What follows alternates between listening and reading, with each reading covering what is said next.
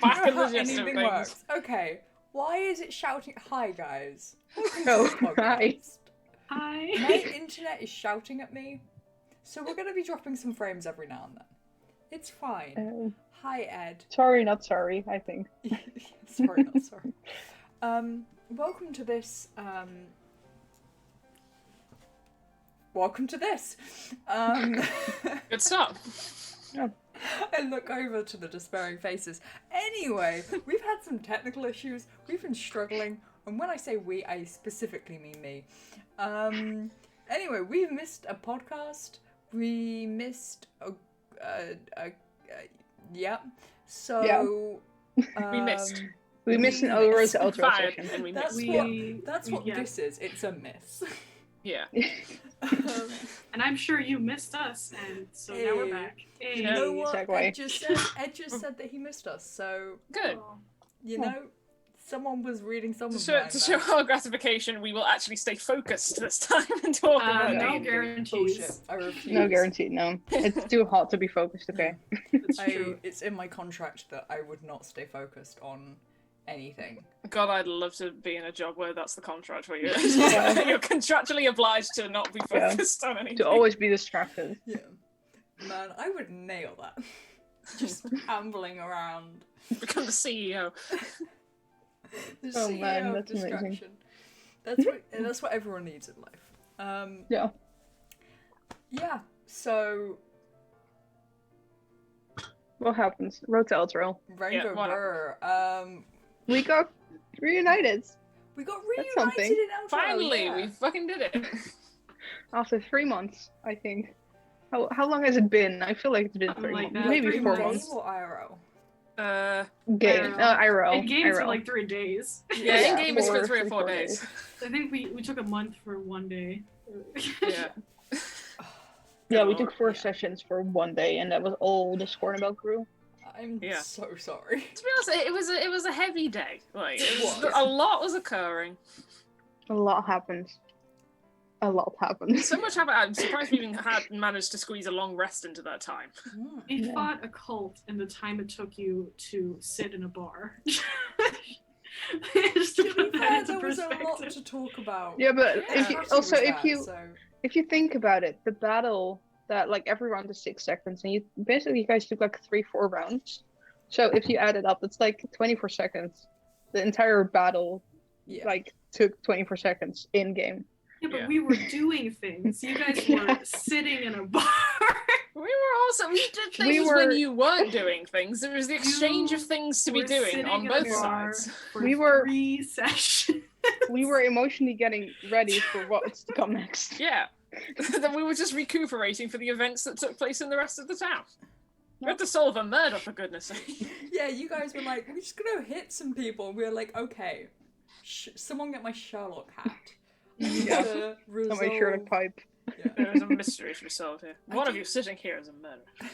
I do kind of get the feeling we should have done more for that. Like, we should have, like, run after them or something. We did. We chased Yeah. them. No, but like we had. the whole what goes up must come down thing. Like, Oh yeah. But you But how are can't you gonna necessarily chase someone in follow the air? someone who's gone up No. in the No, sky. but You knew can't where she was necessarily. going. So like, You don't know which path they took, so you have no clue. Yeah. They I could be think- going to Eltra. They could be going somewhere else. You don't Yeah. know. I Really? get the feeling we should have done something. You know, Mhm. like we were asked to solve a murder, and we were like, they did it. But I bet. I'm gonna head out. Yep. Yeah. Well, I mean, the people who knew what the result meant, like, acted. Like, Hila Sophomore said, like, oh, he's going after Krieg. Like, oh, we gotta fucking, everything's gone to shit. And we're just like, okay, Yeah, Mr. Soul, they- time for us to bugger off. They Well, know we- what's we- going we on. found your it's murderer. fine. I feel like there should have been more like an official end, like the dude from Waterdeep coming down, like, good job, guys. Well, we Here's never, a we never medal really had, for we never had an effort. official yeah, that's clarification. what I wanted. I wanted a military medal for solving a murder. Well, we Paddy's didn't. new Well, goal. we solved who was it. We didn't really do anything else. Yeah. We figured out who it was because You we were saved a like, life. people with. That's Yeah. something. A bad life. No, Yeah, no, we saved the decent life that the majority of good people we know didn't necessarily want saving, but We saved Yeah, him. but he was just a guard, right? So like, it's not really Yeah. his fault if his boss is a dick. yeah. A fair point. We'll have to So. discover the consequences later on in the game. Jenks No. once again rolling up with the consequences. Your actions have consequences. Every time Hattie opens her mouth, he immediately gets a pen out and just starts writing. Yeah. Just like another prophecy in the book. How long do you think if it takes Hattie- to fly to Elturel? To fly? No, I don't think they have like. It's not like you can go. Okay, the nearest It's not like you can airport is. fly in the jet stream of some but- overflying geese. They have an hour fly spell, so could How they long is it on get there in an foot? hour? Or is it a 10 minutes fly spell? It's 10 minutes. 10 minutes, yeah. But You 10 just minutes keep is enough casting. time to get away and then Yeah. land somewhere and then, I don't know, Do Recuperate. something else. up a We ride. could have tried to work that out. Yeah. I feel like I'm We clinging didn't. to this too hard. Yeah. Anyway, what actually happened in the session, as Yeah. opposed to Yeah. what happened 3 months back? Hattie can ride a cart. Yeah, Kentucky That was Road Trip. fun. Yeah. proficiency in land vehicles. Hattie I rides didn't like a expect that. hillbilly, we learned. Yeah. She was riding discs in the library and racing them because she's got Yeah, like of course vehicle she- proficiency. I know things. She rides like Cassidy from the Adventure Zone sounds. Yes. Yeah. Alright, what Brain else go happened? brr. Ed just said, oh, wow, I can't actually read. Give me a second. You guys did really well, but it might have been tough. How did you all feel as a group about the murdery thing, solving the murdery thing, coming back together again? I'm guessing is the question. It's just, how do we feel as a How group? do you That's feel? a that's a How do we great feel? question. How Snipe is did everyone currently feel? very pissed off at everything because they're slowly dying still. Yeah. Mhm. Mhm. Snipe do be a little angry though. Yeah. Yeah. Plus, they had a PTSD attack in the previous Yeah. session. So Yeah, I mean, Snipe has had a Super, rough couple of days, and like Mhm. that last day, you know, getting stuck in the Maybe- fire, nearly dying. bit in the leg, losing last of temporary hit points. Yeah, like Making a that's- deal that's with a rough. demon. Totally Yeah. fair for them to unfairly snap at someone. After Yeah. that. I Like, think it's been a rough week for Snipe. It's Yeah. yeah.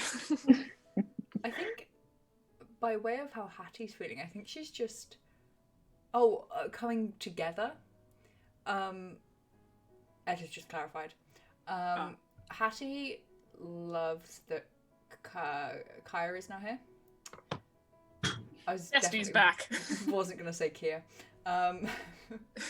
Campaign crossover. No, she loves that Kaya is now here because it's like big sister is back in town. Yeah, that moment with Patty and the clothes was really fun. Yeah. Yeah. Yeah, she immediately took your suggestion, so she's now wearing, I'm sorry to artists who have been drawing these outfits, she's wearing the purple, the normal, like, candle-kit gi with, instead of her normal jacket, because it's the Yeah. yellow one, Mhm. and she's transferring Nice. buttons across. That's Amazing. fun. I kind of love that Yeah. for her. Yeah. I Mhm. just want Hattie's outfit to be a mismatch of different like outfits all together. Outfits and colors, It yeah. helps us Gaudy, keep tracks of the days. monstrous. She has a certain match for each day of the week, and then we can tell what day it is by keeping track of her styles. Oh It's Wednesday, okay. She needs 10 different, on Wednesdays we wear pink. She's gonna need like 10 different I want that outfits. on a shirt. Hashtag Yeah. Wednesdays we were pink.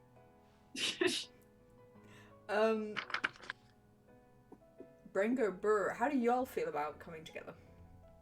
Yeah, how's Reyna feeling? I feel like we didn't really get to see a lot of Reyna's feelings about meeting up with people last session. She is glad that they're finally back together, basically, because it's in game. It's been 3 days. They're just happy that everyone's alive and everyone's just still functioning, and like except for Snipe. Snipe has been slowly dying, but yeah, no, they're just happy that the entire group is back together. I think they've mostly been concerned with Snipe's health because they just really want Snipe to feel better again. or at least be not dying or dependent on a deal from a demon. Yeah, So I think that's where Reyna is at the moment. She's not really thinking about like the moment she had with everyone else and how it's so good to meet up again, and she's really thinking about the next step to get Snipe back on normal health, maybe new body, you know. Just that It's the small general things. idea. Super Not dying. nice. Yeah, it's the Yeah. small things, an entire new body. But yeah, she's just so much thinking about that she's not really processing anything else. That's fair. Kaya's probably happier than she cares to admit to be back together with everyone. She did kind of miss everyone a little bit. But she is a little... She didn't show it last session because she's still worried about Snipe, but she is a little upset about what Snipe said to Seymour last time. And that's probably something that she wants to talk to Snipe for several reasons, and that's one of the reasons she wants to talk to them as well, because obviously Snipe doesn't know, but Seymour also has had a rough couple of days. Yeah. And you know, Kaya and Seymour, like, everything that they've been doing in the last 3 days has only been to help Snipe. Like, they've put Snipe in front of everything else, and so Kaya thinks it's a little unfair for Snipe to snap at them with that. Yeah. But yeah, that's something that she will definitely probably talk to Snipe about next session. Yeah, good. I'm glad that Kaya is there slightly, because I think there is a slight dependency on Kaya putting her foot down on both Seymour and Snipe, and just like, no, fuckers, talk. Because if he wasn't there, neither of us would talk. We would stew over our own spite at each other if Kaya wasn't there to say, hey, Yeah. you did a bad Yeah, thing. I'm hoping that Kaya can get Snipe and Seymour to talk, because yeah, I mean, Kaya's pretty chill right now. I mean, all of her shit we've kind of dealt with at this point. So she's just, you know, she's just happy that we're back together, even though she won't say it. And she just wants to make sure that Snipe survives, and that's about all that's on her priority list right now. Yeah. How... That was a question. Oh my god, I need to stop doing this. there was a how. How? And that's where it ended. Oh. How likely... I've got it, guys. I've got it. Big brain move right now. Here's a question. Say it quick. How likely do you think it is that we have gotten the wrong herbs, not enough, or we need something else on top of what we have? I don't think 75%. I don't think that that's going to be the case because we did the egg deal. But Jenks did have a backup plan in case we didn't come with the right herbs, which is we can forage for them. Like, I don't think it's going to be a thing where, like, we're going to have to go on a whole new side quest for more herbs. But the question was, do you think we would have to scavenge? We might. I don't think we will again because we probably have too many. Like, we have so much. I just can't. lot of herbs. So what are we can't planning see to do it. with the leftovers? She can probably use it for something else. Like, Maybe. Sell them again. Yeah. I mean, if we have more than 1,000 gold worth of herbs and we don't use them all, I feel like we should sell them if they're rare and cool herbs. Yeah. It's going to be like, and a pinch of lavender. Now please do something with this sack. we just drink lavender tea for the rest of the time. No, There's some do fun feel- ways to use herbs. I think we should keep them. Yeah. I do feel like because City said to Kaya, if I remember correctly, like, I have most of these herbs, but these are the special ones. We might need to buy them, and that's why Kaya sent it over to us for us to get them. So I think I City sent also a very has most specific herbs. shopping list, Yeah. right? Yeah. And that we were and how never many- told in Rare. detail. How much money did you spend on the first batch of herbs, the ones that you didn't sell Neg for? I have no clue anymore. I don't have my notes with me. It was like 200 gold or something, 300 gold. 250, I believe, or 3. That sounds right, yeah. If you spend 250, right, like, reincarnation takes 1,000 gold pieces of, like, herbs and shit, right? And she already had most of them. She just needed a little bit more. So I don't see us having to spend more than 500 gold on herbs anyways. Yeah. And you already spent 250 on those, and then you did an egg deal. So I think And 200 in the cloister as well. Yeah, I 200. believe, or Yeah. 150 in the cloister. I don't know. Yeah. So I think we have enough, and I think City also has most of them, but she just needed these special ones, I think. Yeah. I think the way Dank said it is that, like, he looked at the spell and saw that, like, originally in the book it's like just a designated number in terms of value amount of herbs, and he said he didn't really like that, so he kind of adjusted it slightly. so that they're a bit more specified in terms of like what kinds of herbs they are. Yeah, but more specified, but still worth roughly. Still worth Yeah. roughly. If that be the case, we may have got more herbs than we need, so we might be fine. We just need to know what the fuck to do with them. Yeah. I don't see us needing more than like these giant sacks that we're carrying around with. Are they giant sacks? Is that confirmed? Or Yeah. Okay. Well, it was the case of like we couldn't keep them on the horses that were too heavy, so that's why we had to get a cart. Yes. They're partially Yeah. per like the half of them is in the haversack, and then the other half is like placed in the Too cart. heavy to carry. Yeah, Yeah. we are carrying Yeah, the what horses. would be a suspicious-looking sacks. From people will probably think, oh, it's bodies. Well, Well, you're The not body, technically wrong. A body will come out at the end of this, but But there's a It's not what you process think. here. we all took a sip. Yeah. Hydrate or dihydrate, my dudes.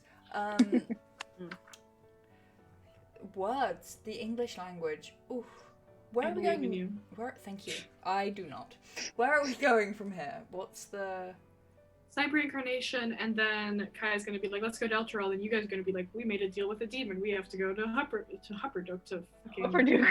That's Gurgle. That's Gurgle. That's different. Hard That's buckler. different. Hard buckler. Right. Yeah. Yeah. Sounds. And then we're probably going to talk about if we're gonna go to Hard Buckler / the woods or whatever. Hattie's gonna be vying for Hard Buckler. She really wants to. That might Kaya's gonna be be the vying for case. Elturel. Because here's the thing, right? Technically, you're not wearing the pin. You verbally confirmed that you made a deal with him, but you haven't accepted what he's given you, so you don't have to go Yeah, fuck over exactly. animals. You can just keep going. Like, what's Yeah. he gonna do? Like, the only reason we're doing this is because Snipe needs their other half, and once that's gone... Oh, that's something I wanted to ask you, Soph. So, have you decided... We've talked about this in almost every podcast that we talk about Snipe and Road to Elturel, but have you decided if we're going to risk capturing the demon before, or if we're going to risk the demon escaping forever afterwards? It's the thing, because in the mindset of Snipe right now, they would say capture the demon first to make sure we have it so that it's not lost, and then split Snipe and deal with the whole Even reincarnation though thing. it might trap Snipe. Even That's if the- it might that's try. the Well, risk. that's because Snipe doesn't really care enough about their life if the context of like if this person gets a hold of this demonic power, they could end up killing a lot more people. So it's just like one life over millions is the case of like Snipe's just like, no, like if I have to suffer in order for this to like stop more people suffering, then I'm happy for that to happen. What are So we- you think we're going to be attempting a trapping ritual? Maybe unless someone just Binding, unless someone convinces Snipe, because if it's the case where it's like the others will know, well, there's a danger there and they value Snipe's life more than millions of others. If it's a case of like they spend a couple of times trying to convince Snipe, hey, don't do it that way because you'll suffer at the end of it, maybe Snipe will do it just to make them happy. Ooh, that's gonna be interesting. What do you think? What side would people be on in that case? Is it too dangerous to let the demon escape, or is it more important for Snipe to be alive and in control and not trapped somewhere? Hattie would kind of be okay going with anything. She thinks that there are kind of equal risks on both sides, and also she's kind of scared to make a decision. So like she wouldn't want to say either way in case it goes wrong. So she's kind of taking a Candlekeep attitude of, I'm just here to come write things down. Yeah. As a way of avoiding Whatever things. decision's made, I am there to document. Yeah. Yeah. Anyone else? Kaya To thinks be honest, this is a little weird for Kaya, but I think that Kaya thinks that Snipe will regret it if they let the demon go completely. And Kaya's also not sure. They're not sure how any of this really works, but she feels like because the demon was or is part of Snipe, they should try to rescue the demon along with Snipe in order to rescue Snipe fully. Yeah. Even if reincarnation happens. So Kaya thinks that it's worth the risk in the long term. Yeah. But thinks that the decision is 100% Snipes, and that's that. What are At we least Kaya would not go against Snipes' decision. What are we If Snipe expecting? decides it's more important for the demon to be trapped, then Kaya's gonna say totally fair. Yeah. what are we expecting from this demon? Is it just going to be like an evil energy force, or is it going to be like basically just a person turning up who happens to be also a demon? I think That's it's just going to be a Janx's. chaotic ink monster. Like, I don't think it's going to really be thinking much. No. Yeah. I don't know. Maybe it'll Yeah. talk to Snipe, but I just can't imagine it talking for some reason. For some reason, Maybe- in my head, I have like a Supernaturalesque. It's a person who's just been like running It's around a- this type thing. The Maybe- demonic truck. Yeah. Maybe it could be fun that Like Snipe Soulless and the Sam demon. version. It could be that Snipe and the demon maybe share a language that no one else knows. Ooh, that could Yeah. be it. Yeah. Hey, Yeah, It's a James. case of like it's a shared case of one identity, but since the identity has split to go in two Mhm. different ways, then it can be corrupted by like however paths they've taken. So the fact that Yeah. Snipe's demon has been claimed by Baphomet, that may have affected how they're going to be. Yeah. Mhm. Yeah, we Yeah, haven't and I really think- talked about this. So how has Snipe losing their demon half affected their personality, if at all? Or how will it affect their personality if they're completely severed from their demon half? The personality is they're a lot more cautious about everything.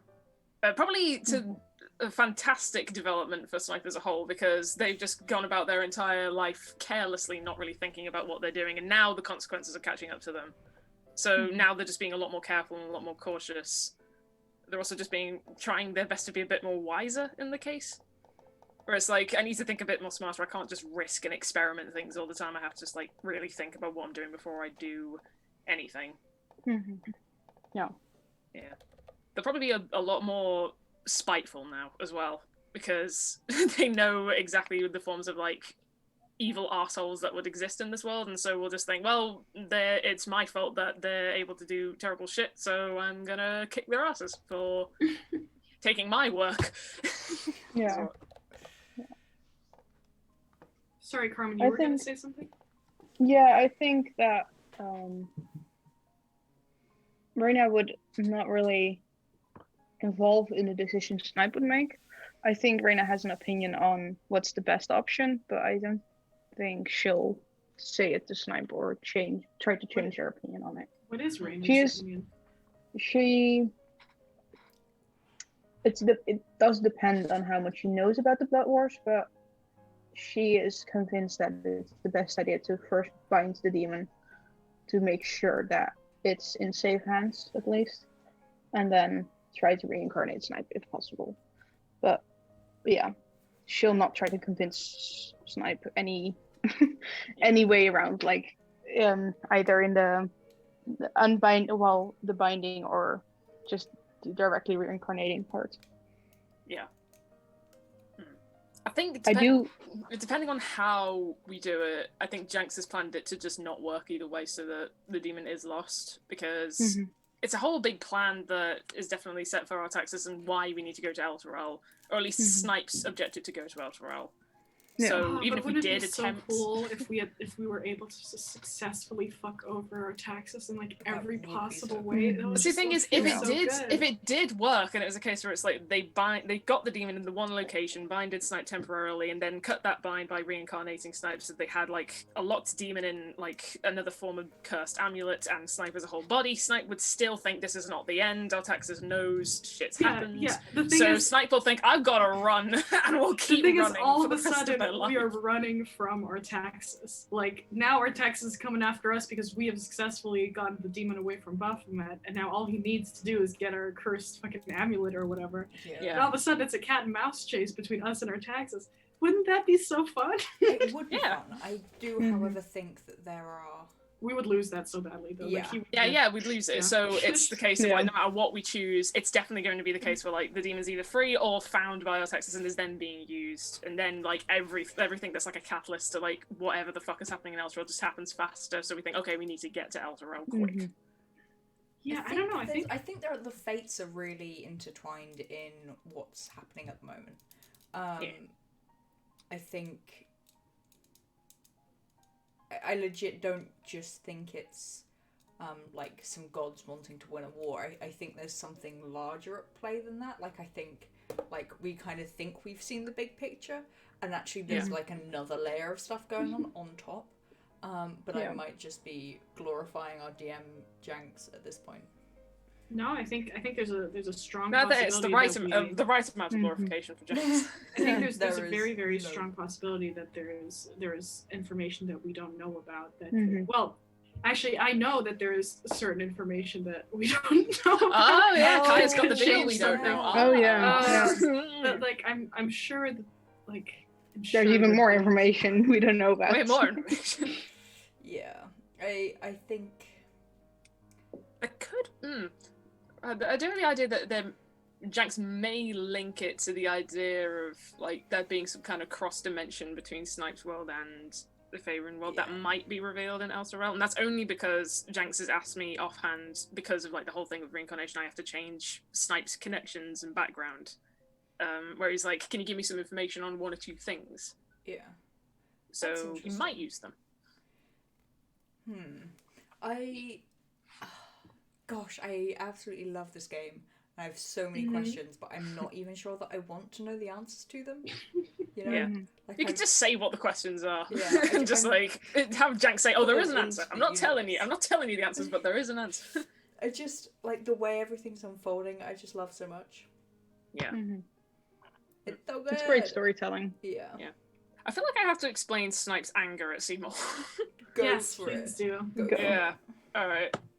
Okay, so obviously, like, Snipe was undergoing a little bit of PTSD because they hate fire. So the fact they were in a burning barn, that didn't help. And, like, they just recovered from being bitten on the leg, which got rid of, like, the last and only lifeline. This bullshit pin. So everything was just toppling one on top of the other. And well, one thing for Snipe is that throughout the entire situation, they had been watching Seymour. Because they just wanted to see, like, how everybody was. And the reason they can't, because the main thing they said to Seymour was, why don't you do something for once in your fucking life? That was the line that Seymour said. And that wasn't a case of, like, saying he's useless.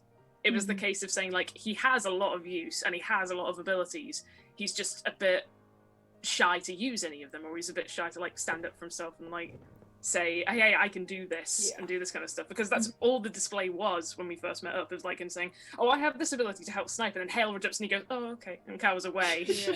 Yeah. It's like He doesn't stand with his Reyna grounds. goes into Yeah. the cellar to get something. He's like, oh, I can do it. I'm fire resistant. Hell jumps. He's like, oh, okay. And it was just like, no, if you really wanted like have the power that like Seymour has that was given to him by his pit fiend, he just said, no, fuck this. I'm going in anyway.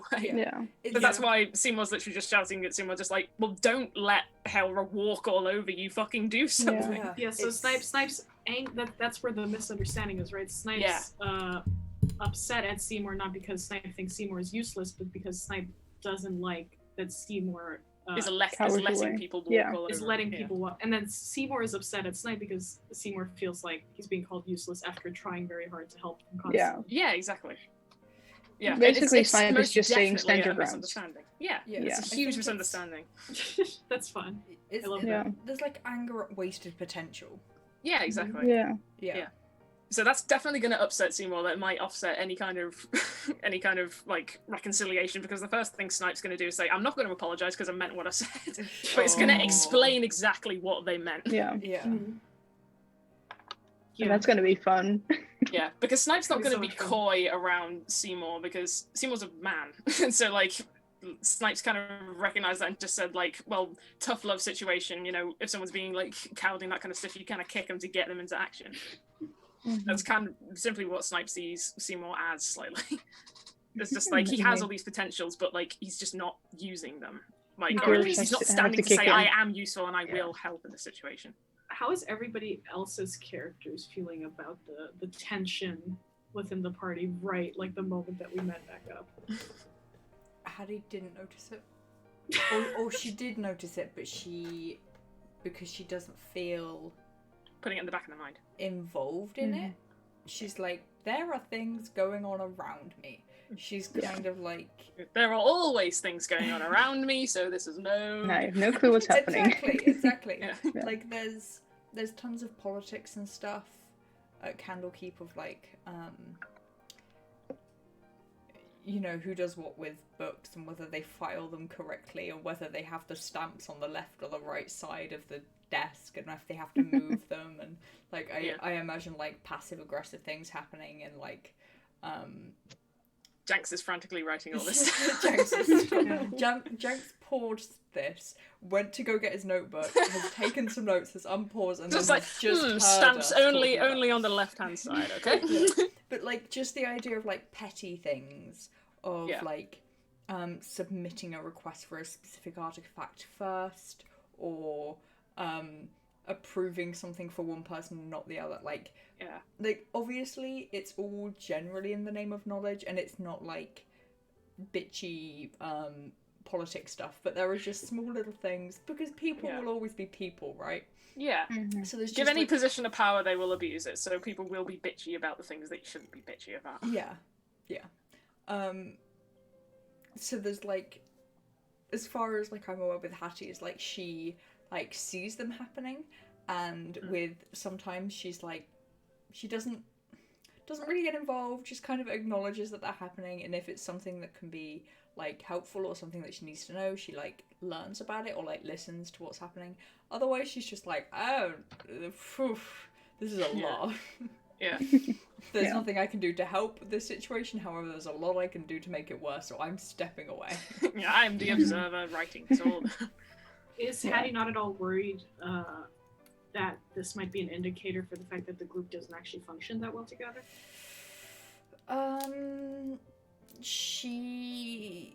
Yes, but she isn't worried about it. Oh, okay. Mm-hmm. Because she has things that she needs to be doing.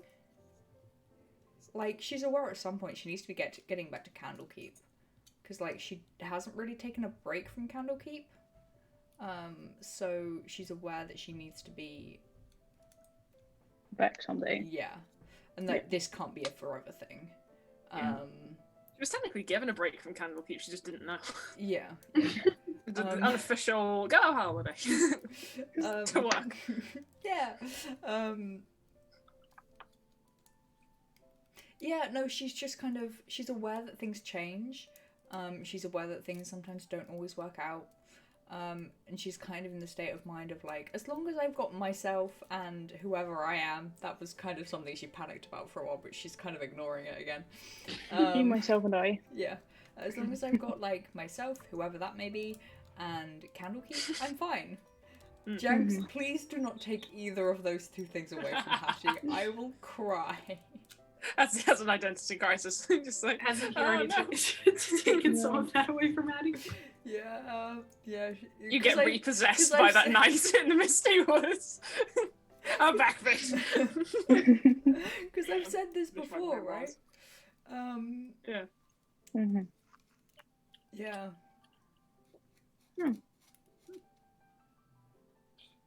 How does Reyna feel about all the tension? Yeah, you worried? You nervous? Sorry, everyone froze. Reyna, Yeah. Reyna kind of broke the tension slightly with a nice little song, which was really a really good finish to, I think, what was a really hectic session. Yeah, it was really nice. Well, she's not really, she's noticing tension and everything going on around her, but she is she's willingly putting it out of her mind. She's like, she's putting it aside for now. And it will probably change whenever Hilra approaches Reyna, because I know that's going to be happening. Because I had a talk with AJ and Janks about the entire situation, because it might get a little tense, but we'll see what happens. So Reyna is trying to put it out of her mind for now and just make sure that they're at least together and that they get where they need to be in Triel. But she does really feel it. It's like she knows it's there. She's just not doing anything with it.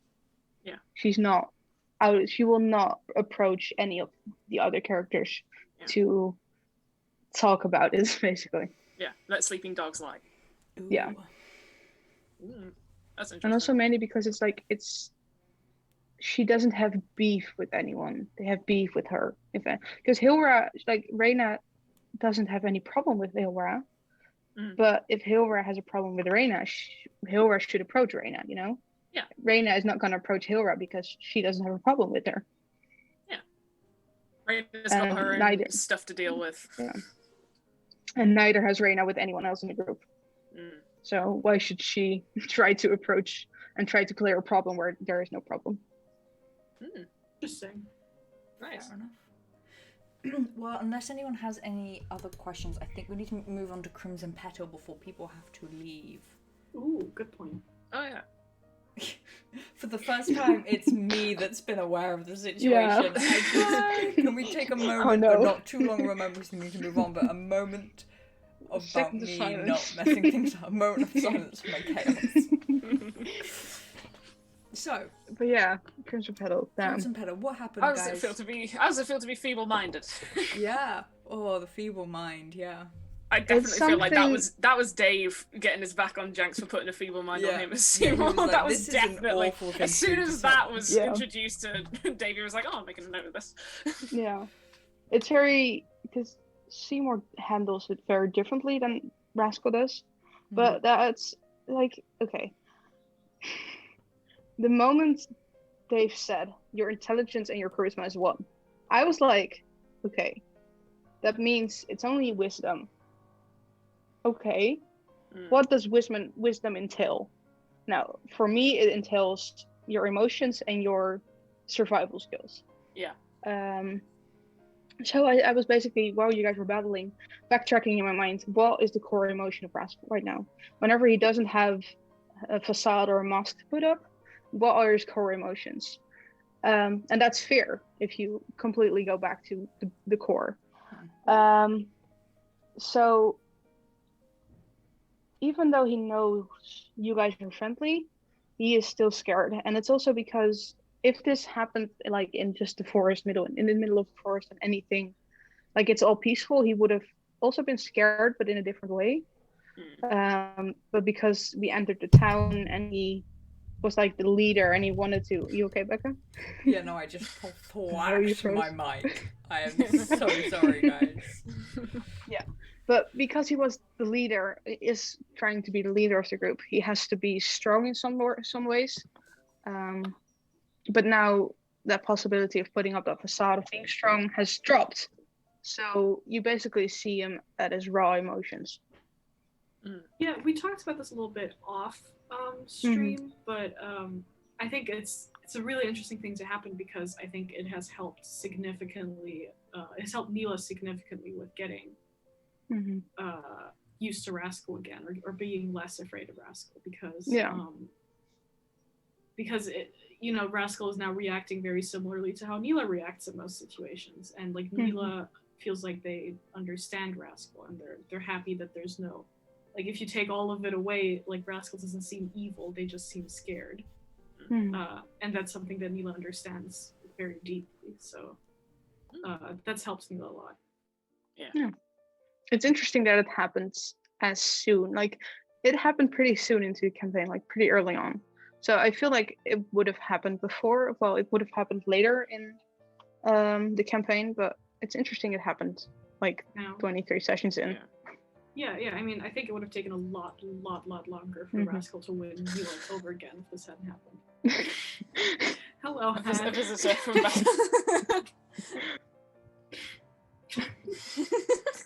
Lottie is appeared again. The return of Lottie. Yeah. Okay, hi. Hi, so that's me leaving then, alright. I'll go. Comedic entrance is over, yes. On Thursday. Hi. I ate one of my nuggets, that's okay. Have you been stealing my noodles? Your what? My noodles. What? I think you've been stealing my noodles. Have I been stealing your noodles? Yes, because Mum got some, Dad got some, and I've just had the last one. The pots? No, the dry noodles that are shoved in my face when I'm feeling a bit snackish. Yes, the pots of noodles. I've only had one. Did you have, by any chance, my favourite one? The chili one? Yes. I didn't realise they were your favourites.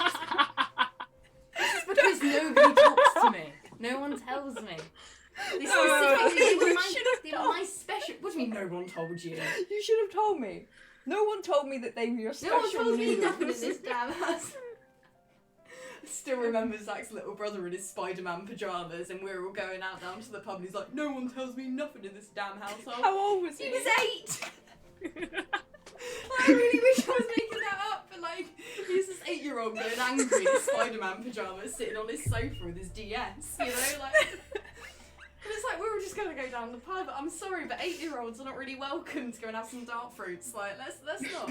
But anyway, enjoy. Oh them. my. I will refrain from eating any more of your noodles. It's alright, I've eaten them all now. They're all gone. Well, you could have warned me. I would have stolen more of them. No respect. I like the way, you know those cartoons where you can just see the bottom half of the adults? So like, that's this with my arm. You're not even on the actual live stream. Oh. We're just hearing a voice. Oh no. Maybe there's a dolphin. Anyone old enough to remember that? Oh my. This is very old. Okay, more. Right, love you lots. Have fun. Enjoy, children. Hello, fellow kids. It's all my favourite memes all in one. There you go. Just read some Oh fine my. conversations and it's my personality in a nutshell.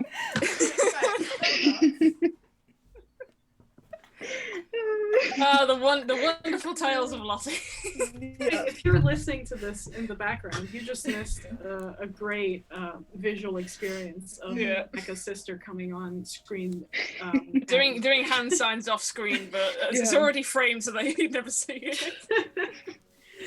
Oh my. She's Oh. amazing. That's amazing. Another wonderful installation. Yeah. Of, Wonderful. Lottie's Zaga. Someone has to Yeah. clip all of them and put them in a playlist. Yeah, that's our specific That's what montage the on our plan is. YouTube Yeah. channel. Specific montage of Lottie. Yeah, Amazing. wonderful. I still What can't are we believe talking about? Crimson I don't know, Petal. but you guys remember the time Lottie came in and was like, the dog came and peed on my... That doesn't exist on the internet anymore. I think it was in one of the ones that we didn't end up saving. So Yeah. that is lost to Yeah. time. What you knows? got there was a snippet of how it would have been. Yeah. Oh, Amazing. Lord. I didn't actually know I was eating her noodles. Whoops. Oh, dear. Well, now you know. So, And we all Yeah. know. Yeah, now it's known among everyone. Oh my gosh. Mhm. That you are the What were noodle we thief. talking about? About the female winding stuff. Yeah. Yes. Well, also, okay. Yes, I- designed. Whenever I designed Rascal, I was thinking about like making the eyes already the black with the blue, Mhm. like Seymour has. But I was thinking, what makes a character having like direct eyes or invert eyes, like normal eyes? Hmm. And I was like, yeah, oh Jesus, my voice broke. I was like, okay, eyes are just the windows to the soul. Yeah. If someone is corrupt or has impure emotions or is not acting the way they are feeling, I feel like the eyes should be clouded, basically. So the eyes should not be visible enough to see. So that's why I designed Rascal with like entirely blue eyes, because I'm like, okay, having those clouded eyes means having impure intentions or weird emotions or anything. Yeah. So the moment that he was with Kia and Kia was calming him down and he was just sitting there and just everything in his mind was how he was feeling and how he was showing it. So everything was pure at that moment. He was afraid, but he was also calm, and that's how he felt and that's what he showed. So that's the moment when his eyes flick back to being able to see straight again. Even though it doesn't impair your vision or it doesn't like impose any disadvantage. But that's basically what I didn't talk to Dave about it. It's just a little design thing I was thinking about. But that's basically what happened the moment when he sat with Kia. Because he was back to his emotions. Oh.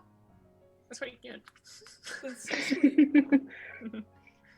And yeah. Yeah.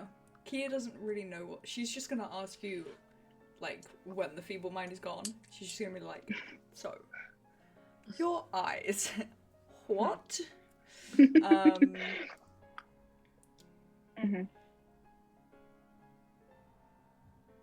Branko, brr. Yeah, I just noticed.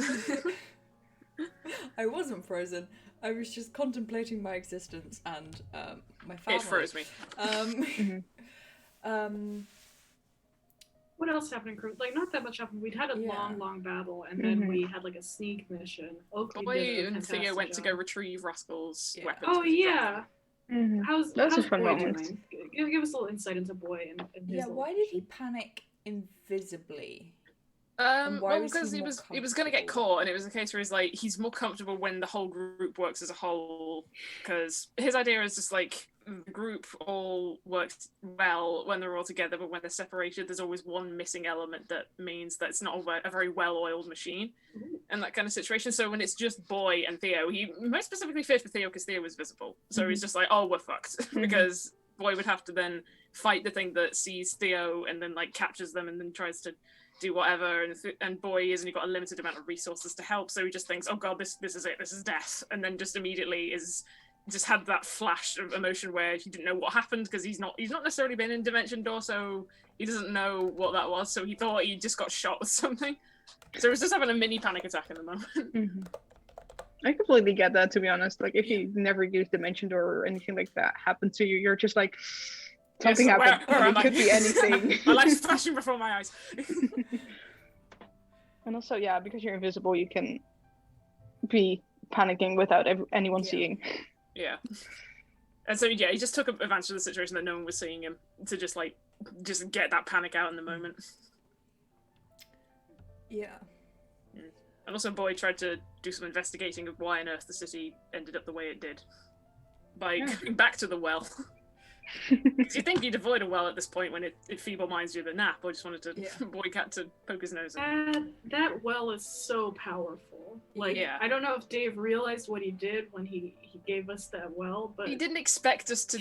We didn't expect Rascal to do that, so I think that's when he retconned a few things, because he did reveal that like if things went exactly as they were according to plan, Rascal would be dead. So the fact he's like, he's not dead. So because of the damage, the damage he takes. Even without that, you just have to touch it to be effective, right? Yeah. So right now we have 4 ounces of this stuff, right? We can divide that into half-ounce like little bits.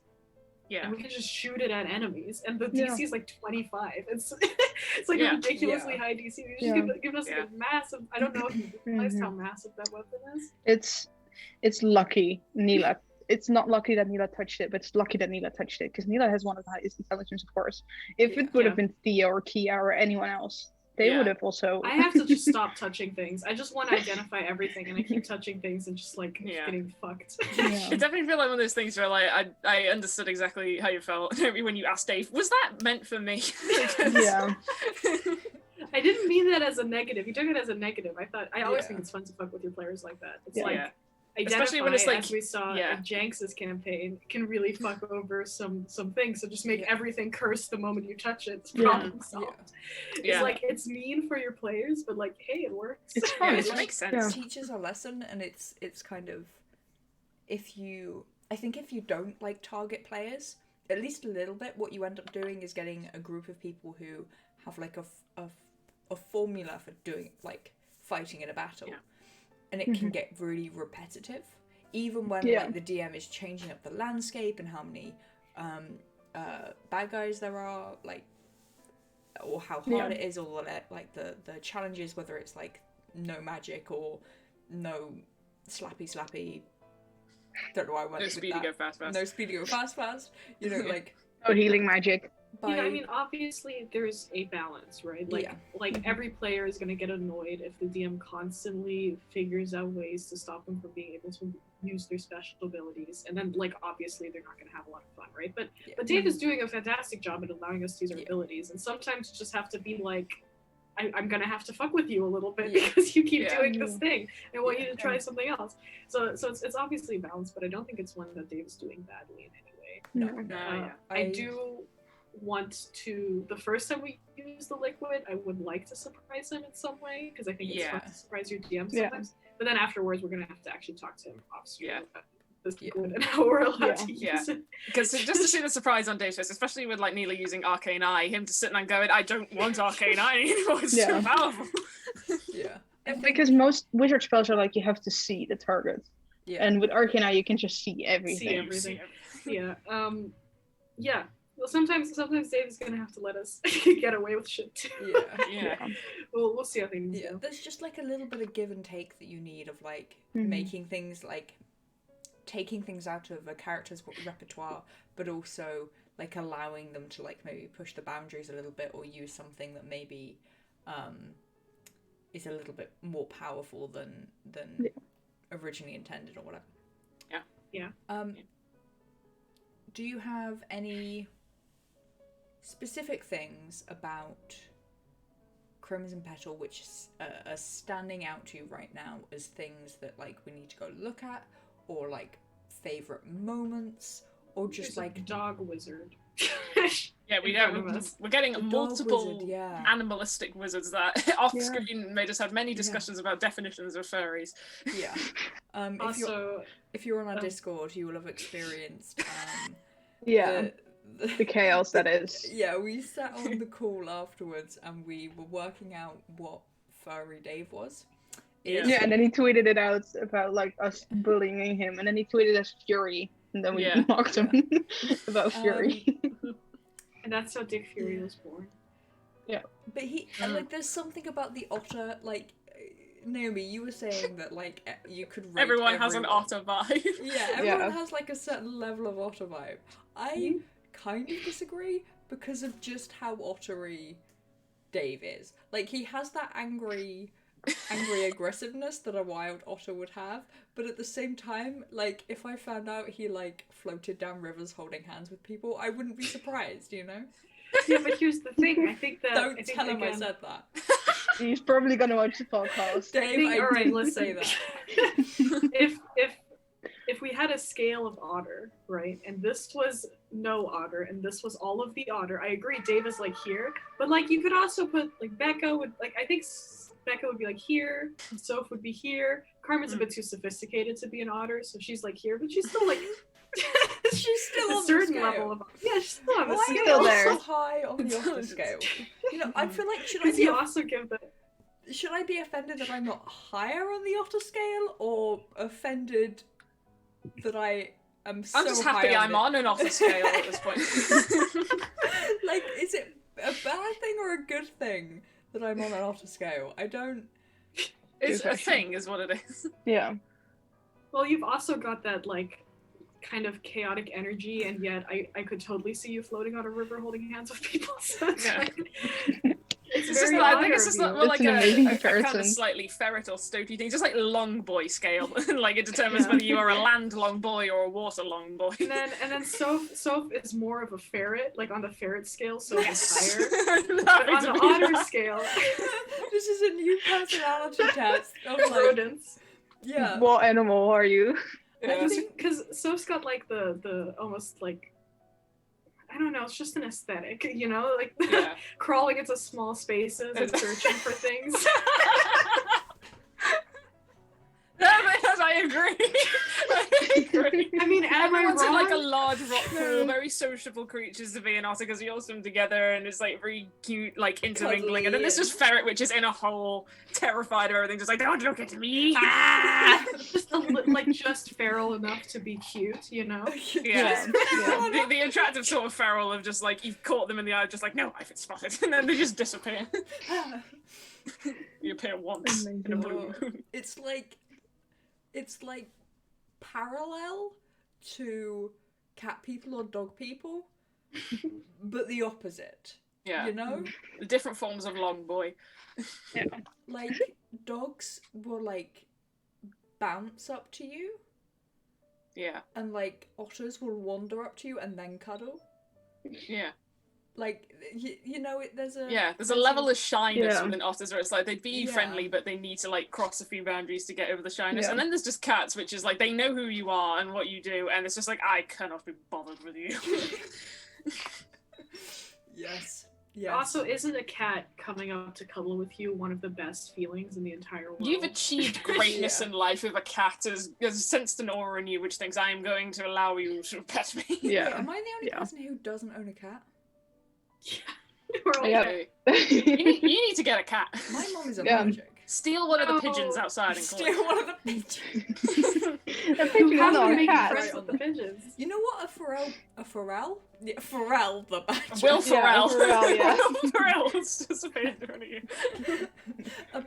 A feral badger was like, he wandered down the drive and into the garden. Like, this is where you realise I'm related to my When you say sister. feral badger, as if like there's domesticated badgers or No. such a thing. Well, so this badger came to the end of the garden and was like digging and scratching and was like pulling at the fence at the bottom of the garden, and fully it sounded like someone was like, I mean, what, they were just snapping bits of wood, like Yeah. proper thick, like planks of wood being snapped by this gosh darn badger. And it was like 1 a.m. and me and my sister were in the kitchen, like, what do we Cooking do? lunch. Cooking lunch at 3 a.m. Because like we both were gonna go out and have a smoke, and because apparently we're both awake at 3 a.m. And we were just like, what if we go outside? We might get attacked by this feral badger.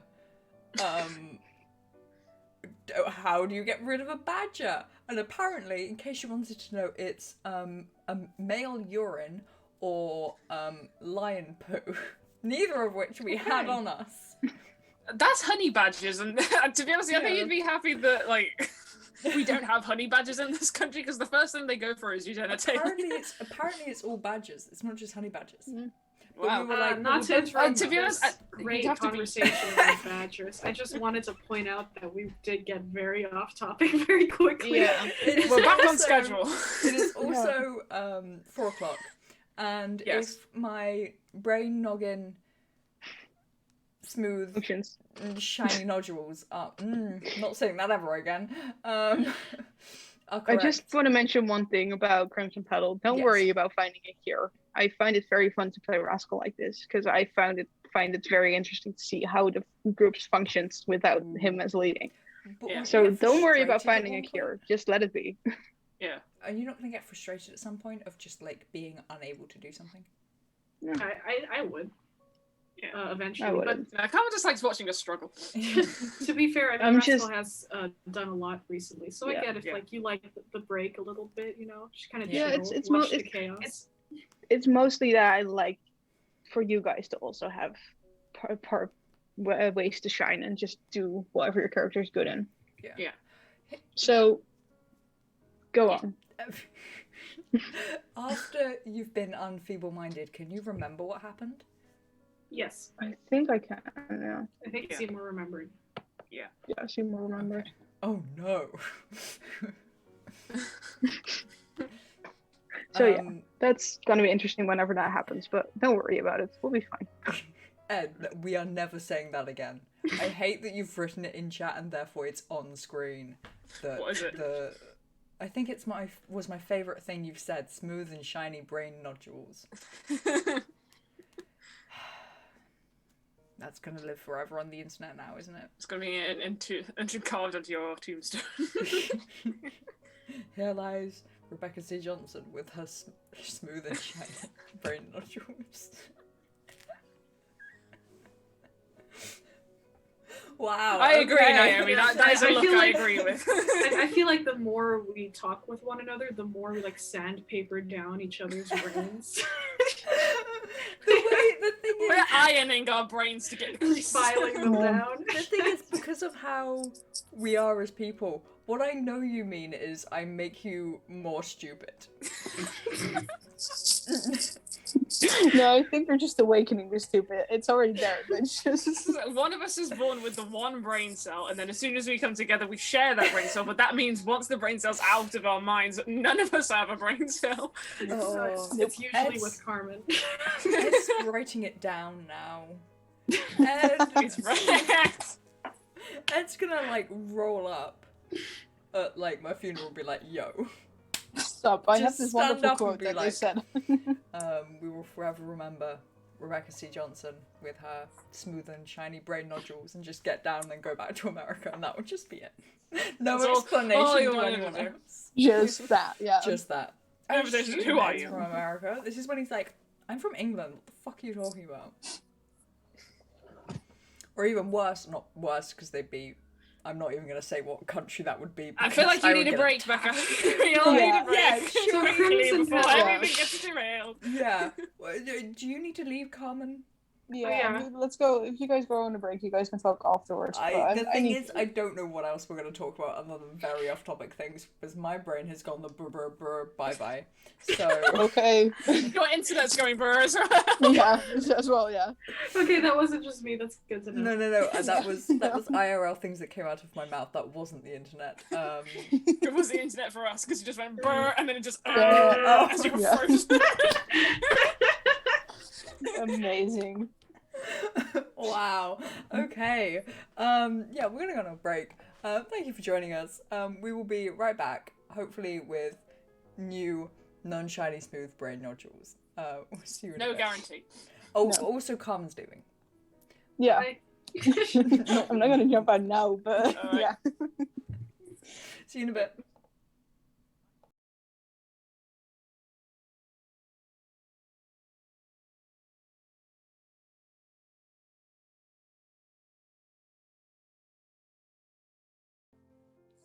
Hi. Welcome Hello. back. We have come to the conclusion. Jesus, it makes it sound like we did a all in favor, say I. If y'all, firstly, welcome back. Secondly, if y'all have any questions for us about, D&D, also, I guess, just the universe. Can't promise correct answers, but, if y'all have any questions, hit us up. This is your time to poke the monkey, as it were. Also, happy Oh, Pride. Yeah. Yeah. Good point, Carmen. Happy Pride. Happy Pride, Be yes. on holiday.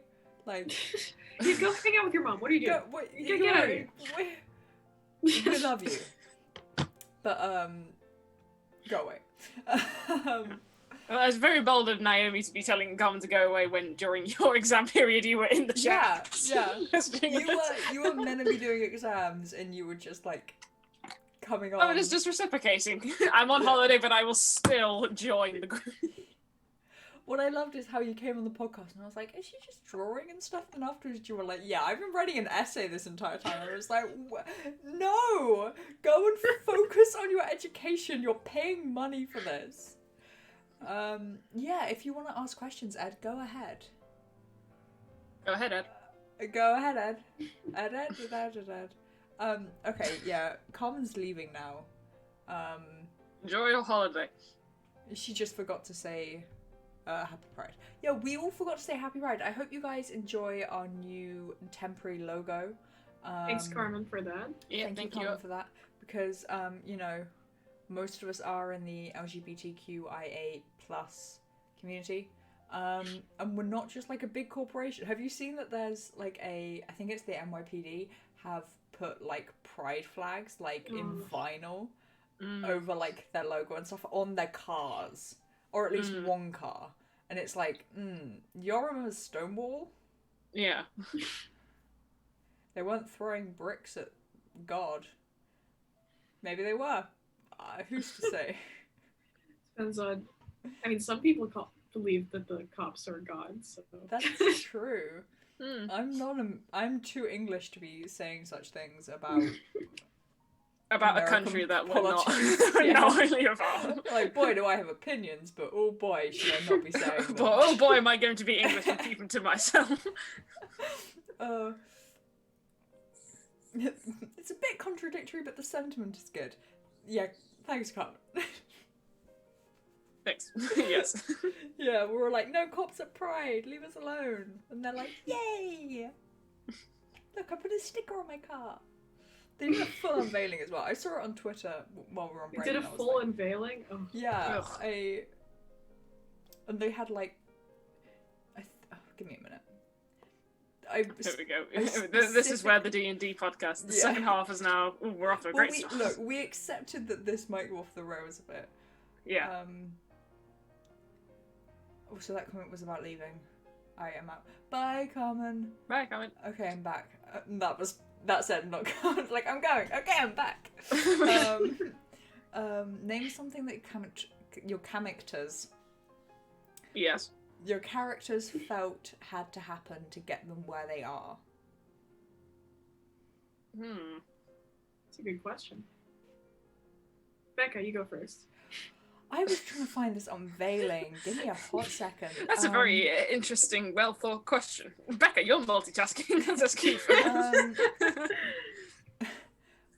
I think for Hattie, I don't think she actually thinks about that kind of stuff. But for me as I know she doesn't think about that stuff. But me as a player, I think to get where she is, she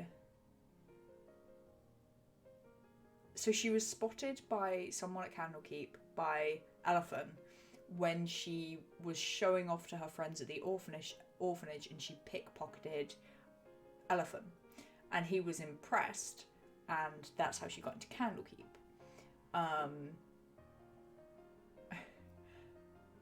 So I think that was the moment that brought her onto the path that she's on right now.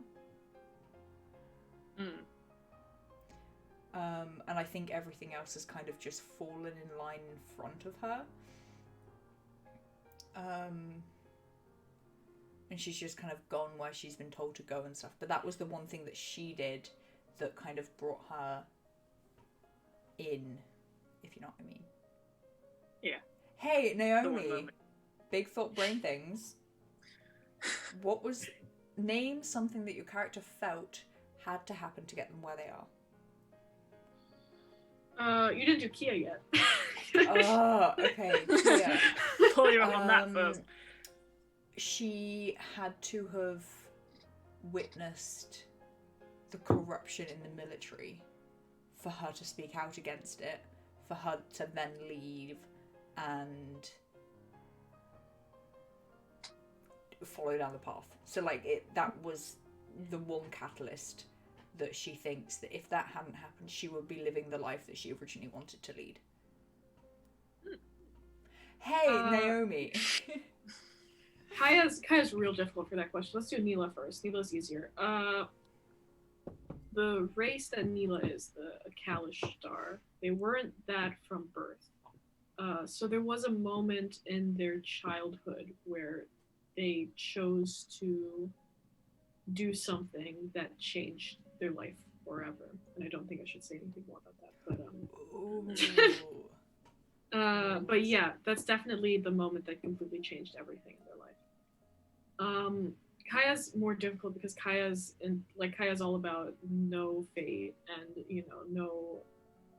Kaya's always been the kind of person who's just kind of goes with the flow at any given point. And it's almost ironic in the fact that I don't think there's a single moment that greatly influenced where she is now. I feel like even if things would have been different, she would have still ended up where she is now, which is ironic. Yeah. There was a couple of big moments, but I think I don't think any one of them was integral to her journey necessarily. I want to say like maybe when she died, that was a big moment, but it didn't really change anything either. I guess maybe it was when she found out that I think something that will change, where she will end up, will be the fact that she found out that Ibis had betrayed her and her friends. But it hasn't had a big influence on anything that's happened so far. So I think that's something for the future. So? Yes. Do you have an answer to this question? Fuck. I can give you more time. There's multiple moments for Snipe, and right now there's no moments for Boy, because technically everything that was set up for Boy has been chosen by the people around him. So like he doesn't really pinpoint any specific thing that has ever occurred that like changed the course of his life, but I guess maybe just managing to grab as much attention as he could to attract the attention of Timothy, his co-worker, when he was an orphan, so that he would be impressed enough to adopt him and then raise him to be an artificer. I think that would probably be it. Just the one time where he was bullied right in front of him and he just thought, nah, fuck it, and beat the shit out of the guy that bullied him. It was enough for him to basically, decide, yeah, you're the kid who's going to learn how to do magical, mechanical stuff. Nice. Hmm. Yeah. And oh god, Jesus. Which moment do you want of Snipe? Would Snipe... What was the question? Name something your characters felt had to happen to get them where they are. So it your might not... characters felt. Oh shit. I was. It's because I answered it backwards with Hattie. Yeah. Because she doesn't think. Something that had to happen. Snipe getting yeeted into a different plane of existence. Yeah, I guess. Yeah, I guess that had to happen for Snipe because they were not going to stand down and let whatever the fuck happened to them happen to them. Yeah. But they wish they knew what the fuck that was, but memory's gone of whoever the fuck did whatever the hell it was to them. I mean, So whatever it was, it had to happen. My answer wouldn't change much from the question. Kaya legit thinks that nothing has to happen. It just does. Mm. Fair enough. Okay, another question from Ed. Also, shout out to Ed, who is currently Running this podcast. running this podcast. Yeah. Do you want to come be a producer for us or something? Yeah. I'm kidding. No one wants that job. When the world seems to fall apart, your character reaches for what and why? Hattie would... It would be a toss-up between her staff, if she was, like, being attacked, or... Wait, are we talking about, like, metaphorically falling apart? Or physically. Or... Both? Okay. Both. So if it was physically falling apart, Hattie, again, would be a toss-up between the scarf or the notebook, whether she writes it all down or whether she defends herself. Anytime I'm baby free, I am at your service. Children. Nice. Yeah, if she's being attacked, staff, if it's just falling apart, she'd like make sure she's safe but write things down. And when things are falling, so like if the Candlekeep thing falls apart for her and she's like, I still don't know who I am, I'm not actually anyone, it's nothing is real type stuff, she would... I don't think I know what she'd go for. She's very good at kind of like suppressing everything under like joyfulness and like happiness. Oh, he's sick right now? Oh no, I hope he gets better. We'll see. Yeah. Yeah, she just kind of ignores things. If things are falling apart around her, she'll probably reach for busyness and distraction. Because that's just how she deals with things. So and when she isn't like in the heat of the moment anymore, she'll go back to it and be like, okay, what the fuck? You know? Yeah. Who wants to go first? You have Kia. Oh, fuck. You always forget about Kia. I mean, we could just do the rounds, like we do Elturel, and then we do Crimson Bell. Yeah, we can do that. Right. Sure. In that case, Kaya, in both cases, or Wenska? No. I mean, yes.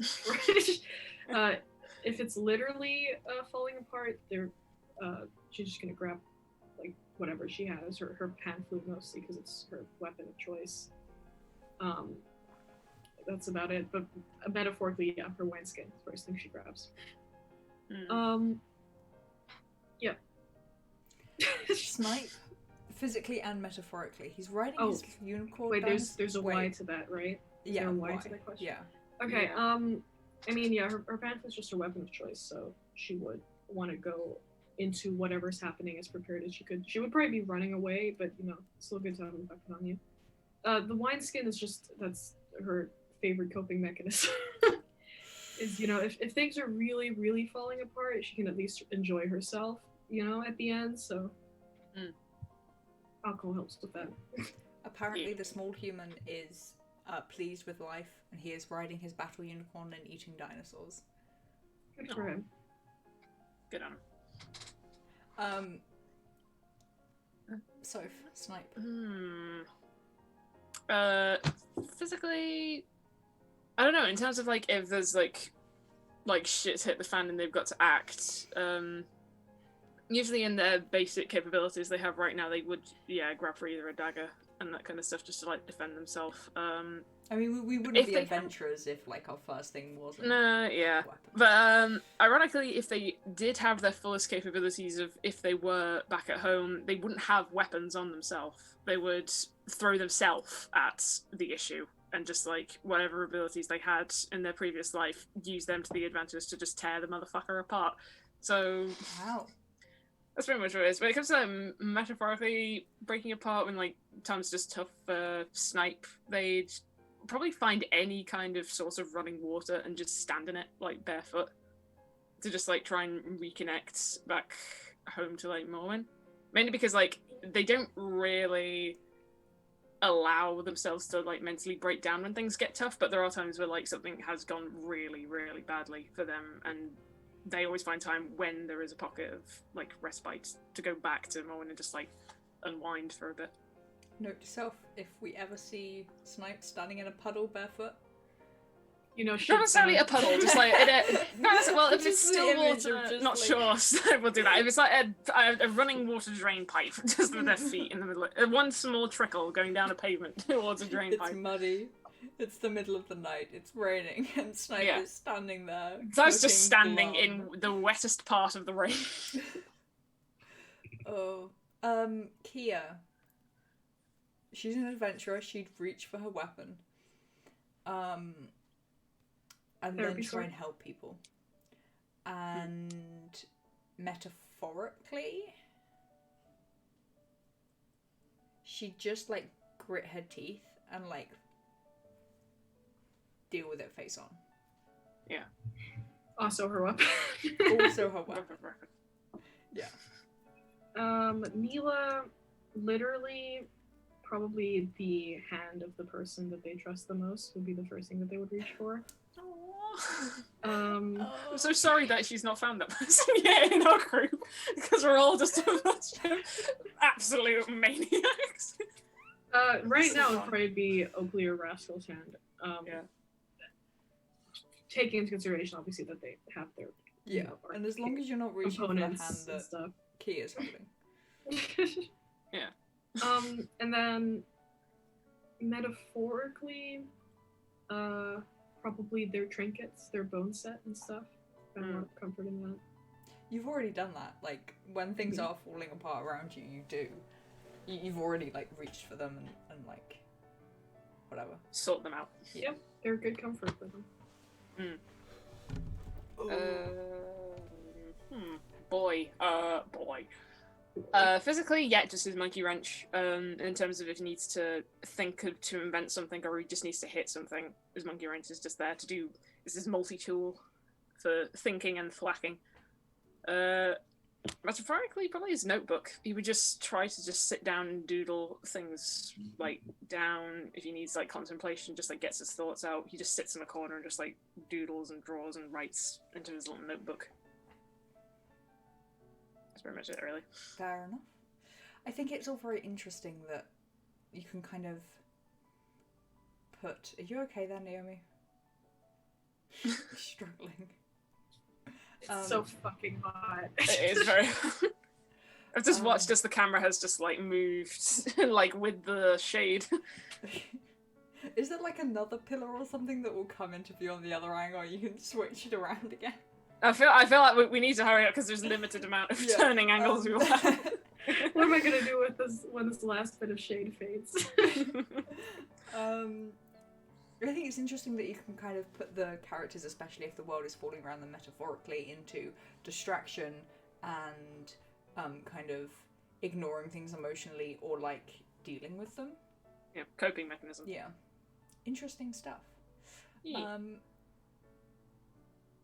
Do you think your characters have a friend in Crimson Petal? Crimson Petal. Oh. Magnus. I think that's Boy's closest friend at this point. Like you. a character, not a. Ah, fuck. Yeah. Well, I don't be able to escape that. I don't think Kia does. I think she kind of sees Rascal is someone who she could be close with, Mm. but she doesn't know kind of what category to put that relationship into. Like, I don't think she'd put it into like a friendship. And it's not yet. Obviously, with Rascal being feeble-minded, it's not going to turn into like the relationship status. But like, yeah, it's interesting. I think it's a dependency really on Kia, like with Rascal out of commission and somebody trying to assert some form of leadership, who would Kia most likely turn to outside of Rascal? I'm surprised Kia hasn't started taking a leadership position now that Rascal's That's only out. because I have no idea what's going on. If I knew what was going on in this campaign, she would have 100% have stepped up. However, Brain capacity is limited. I have like 3 brain cells, and 3 of them are doing other things. 2 of them have lost their warranty. Yeah. Neela, probably Theo. I think Neela considers Theo a friend. Neela doesn't like Rascal and Oakley. Neela's so desperate at all times to just make friends with people or to have people close to them that it makes them very naive and easy to manipulate, as we've talked about. But they're also scared all of the time. And Rascal and Oakley, they see more as their friends, but also like they're protectors and they're like guardians. Meat shield. In a sense, not meat shield, but they're just looking for comfort, but that's not quite the same thing as friendship. Yeah. Theo's the only one so far who's made like a conscious effort to do something nice for Neela, like to be nice to Neela. So probably Theo. Oh, that's nice. And boy? I don't know. He sees everyone on an equal basis at this point. That's interesting, though. I think that in itself is quite telling, you know? Yeah. It's just like, I don't know, like, Boy's not really one to make an assertion for, like, anything so definite, because things can go wrong, and he learns that a lot. So he's never really fully, like, proud of completing an invention, because it's like, well, it can break. So he just maintains the same level of, like, mundane expectations the majority of the way. So, and no one's really stood up to, like, try and fully be pally with him. So he basically just sees everyone as, like, an equal footing. I feel like Neela looks up to Boy. But that's, I think, why Neela, like, if we're talking about friendship, there isn't really that much between Neela and Boy yet, because, like, Neela thinks Boy is really cool and kind of wants to impress Boy. Yeah. And wants Boy to like them, but that, we have to develop that over the campaign to see where it goes. Yeah. Interesting. Sorry, I interrupted you. But... No, it's alright. Go ahead.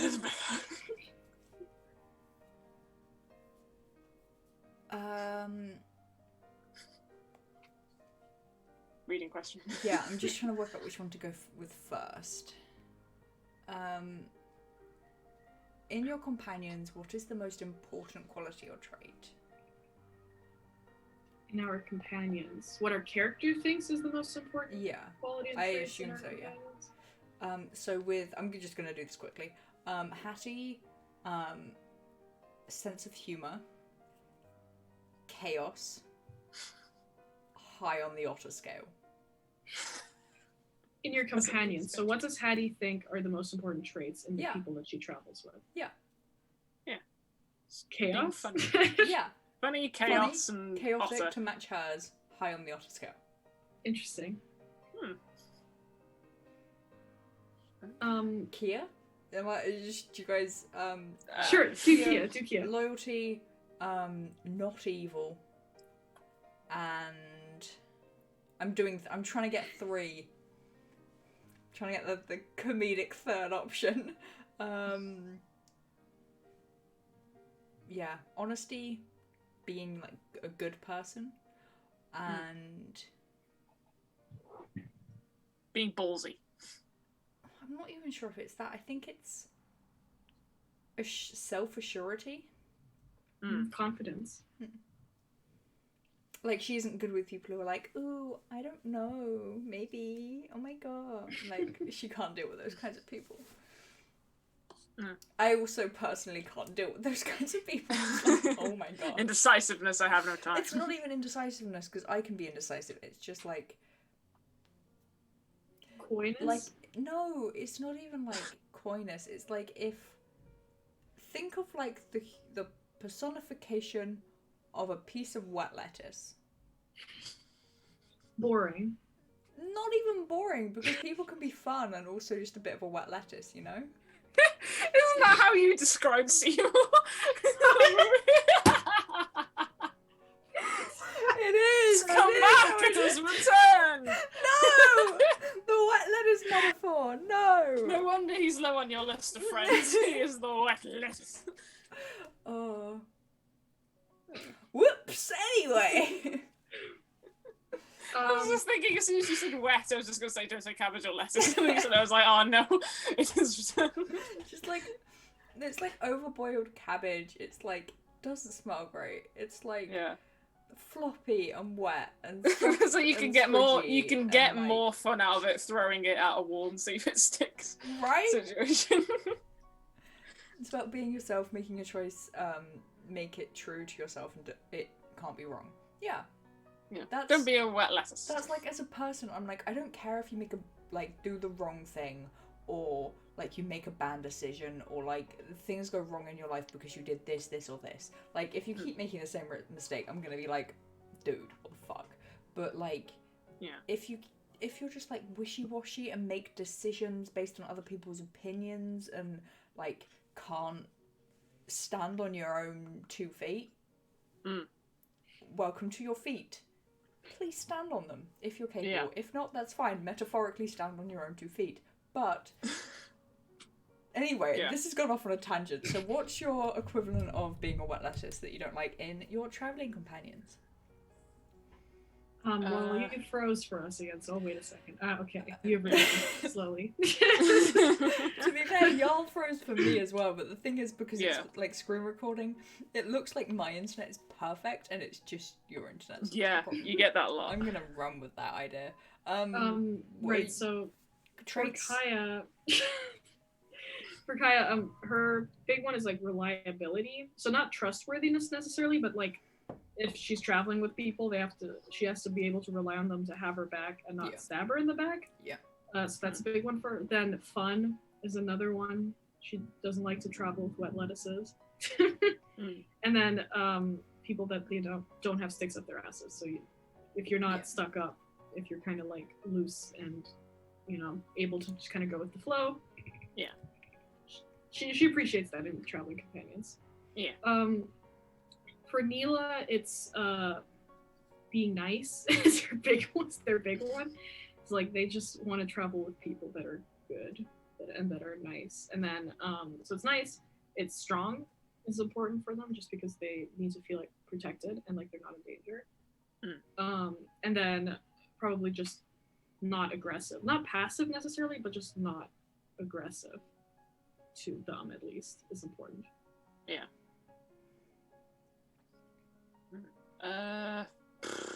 Jesus.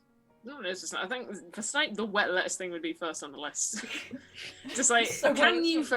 It's just Snipe's got this thing where it's like, okay, I coexist with you. It's not a case of like you have a dependency on me or other people. It's just like, can I coexist with you and can you coexist with me? Yeah. And that's like number one. It's like there's no dependency. Like either of us could fuck off and we'd still be fine. So that's probably number one. Number two, if you're interesting enough to follow, so that can be just like if you've got an interesting story to tell or if you're just fucking hilarious. Third one, not sure. I'm not sure about there's a third one. I just made up a rule of 3. You don't have to. Yeah, no, rule of 3. Just fuck it. Yeah, I think if there was the last one, it'd probably be just fuck it. Just fuck it. But if you exist, then you interest Snipe. For boy, it's yeah, probably just like if you're efficient and just like if you're really well skilled in a certain way and if you can use it to your best advantage. So he likes people who like know they have a talent and they use it to their like fullest potential. And it's just like if you're able to be also if you're like very highly adaptable. So like you can take on a new skill and learn to practice it and that kind of stuff. So basically, like to coincide the two, he likes people who are not so lazy with everything and just allowing people to like do stuff around them and just Alright, like scoop up. Here's a follow-up question. Who in the campaign best represents the things your characters usually look for in a traveling companion? So it doesn't have to be the person in the campaign that your character likes the most, just the person that almost fully represents those set of skills. Yeah. For Hattie, Kaya's probably closest. And for Kia... God, what did I say for Kia? Non-wet letters, right? Yeah. And something about standing up for themselves. Yeah. Probably Boy, actually. Interesting. Boy seems very kind of straightforward and upfront and... Oh yeah, Honest was one for Kia. Yeah, very like self-determined rather than like... She doesn't like how reliant everyone is on Rascal. She really doesn't like it. She finds it so weird. Well, not... Stop taking my turf. She doesn't like I'm it in the way it like... It kind of reminds her of the military. That's what she doesn't like about it, because she's seen it go wrong before, and she can kind of see it going wrong again. No, I think we're... maybe. Let's finish these questions off, Ed, and then you can hit us with some more if you have any more. For Neela, it's probably Oakley. Oakley is strong, but also very soft-spoken and kind. Yeah. And then for Kaya would probably be Seymour, because he's just very reliable. Kaya always knows what he's gonna do, and he's generally kind of just chill with most things. So. Snipe. Really, you don't see him as like a wet letters type? No, I don't know. Maybe it's because Kaya spent a lot more time with him, but he's just kind of chill, you know. Yeah, yeah, that's true. For Snipe, I'd say Kaya and Hattie have like a joint, like connection of like what Snipe would be considered like peak performance for them. For Boy, I think Neela is probably fulfilling more criterias because like she has a lot of high talents and is using all of them. So like basically just Boy likes people who like come across as like a Swiss Army knife, or like they have multiple uses and you can use them whenever they want. They can survive any situation you throw them into, because he kind of likes people just like turning themselves into a puzzle piece to solve something that's like a problem that no one else can solve. Nice. Ed has responded saying, "Wow, these are solid answers." There was one more question. Ooh, I like this one. What is the best way to let your characters know that they are appreciated? So what is your character's love language? Ooh, that is a good one. Kia, it would be a mixture of like being there, like people turning up for her, and also like spending time, and also physical touch, and not like in a sexy way. It's like just like a pat on the back, or like a hug, or like holding her hand. Like that's when she's like, yeah, this person likes me. I'm meant to, like, there's a place for me here. Yeah. Nice. That's all you have to do. You have to just like go on adventures and cause chaos with Hattie and hold her hand. That's all she asked for. And Kia, it's gifts, I think. Yeah. Neela's also very touchy. Neela likes holding people's hands and knowing that people are there, like physically by touch, for a couple of reasons. Mostly because it reminds Neela that they are actually there completely, which is nice for them. They're not... Hugs is a little bit of iffy territory for them, but I think that if they really trust someone, I think they would like hugs too. And then Kaya is a little bit more difficult because she's so averse to like open displays of affection. I think she I think she genuinely, it's like, for her, if you're able to joke with her, and like, you know, kind of make fun of each other, but like in a very jokey way, and if you're just always there to have her back, those would be two things that, the way that she would want people to show her affection. She likes gifts too, though. She's not gonna say no to gifts. Gifts. But the problem with gifts for her is that she always feels like it has like some sort of, like, now she owes you or something. Yeah. Yeah.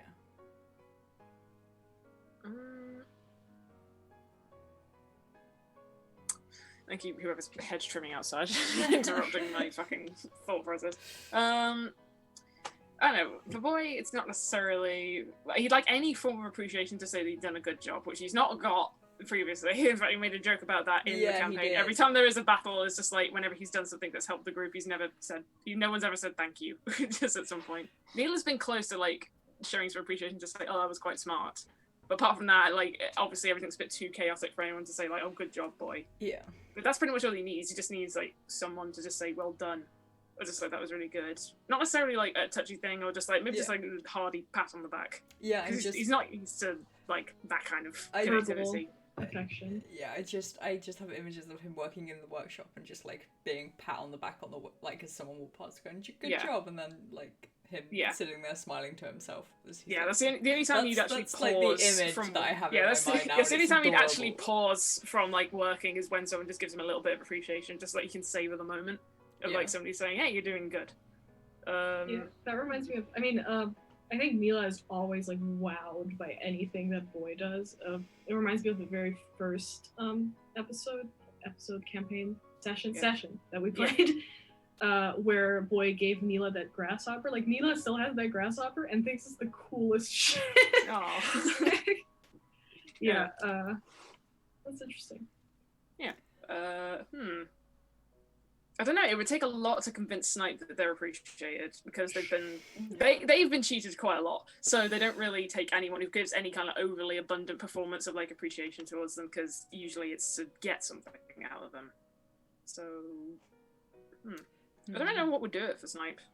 But I guess I'll have to find out. Whatever really takes him aback, because they kind of expect everyone to do exactly as they've meant to do things after observing them for a while. So if they did something just completely out of person, he would immediately like suspect something. What about when didn't Hattie call Snipe friend shaped at some point? Yeah. How that took Snipe by surprise. Yeah. Right? That did take Snipe by surprise, but that's because like no one's ever called them friend shaped. So it's a case of it's like that's a new word in the dictionary. So it took a moment to just, I don't know, it was just the processing slightly of just like, okay, so this is a person who makes up words to show appreciation. I guess be aware of new words in the dictionary. Something interesting has occurred for this person. I feel like for Snipe, it's the like unwavering, constant reminders that they're appreciated or loved. Yeah. Because like with I mean, what I know from Morwen and also from Hattie, Hattie's very unwavering nature, it feels to me like those are the people that get closest to Snipe. Yeah, I think it would be the thing that Snipe would be slightly like, kind of like a very docile awareness that they are appreciated, but they just slightly register it. Like, for example, I think the closest they're getting from is like Reyna, every now and again from Kaya and from Hattie, of like the fact that they're actually physically working to make sure that Snipe survives at the end of this. So like Snipe is aware that they are appreciated, but they're just kind of, there's a lot of things that are occurring, so they're not like fully properly mentally taking it in that, you know, things are happening because that's for next they cared. Yeah. Tune in, speaking of which. Yeah, tune in. As I said, I never look for anything in return for kindness. In fact, I prefer that it is treated as how people should be, as in acts of kindness aren't anything special. Yeah. I find that interesting. I feel like... Yeah. I feel like a lot of the time we separate people who do acts of kindness and we kind of hold them up a lot as like good people. And we can get into an entire conversation about morals this feels like a tangent. The glorification of this feels like an after hours conversation. Idealization. I mean, I think it's I think it's interesting that one of the only things that can be proven through research and be proven to make people happier in the long run is to be kind, like is to do altruistic action, like from a scientific perspective. Like we talk a lot about like philosophy and how there's no such thing as true altruism because we do it to make ourselves feel better to a certain extent. But I think that it says something interesting about people and about living, even if you're agnostic, or whatever. I think it says something very interesting about the fact that the very, very little things make us happy. Achieving our goals doesn't even make us happy. Ambition doesn't make us happy. But altruism, for some reason, just makes us feel good constantly, and I don't think that's a mistake. But like, yeah, I mean, was this the conversation of we've had too many of these conversations, but was this the conversation where we were talking about it shouldn't matter if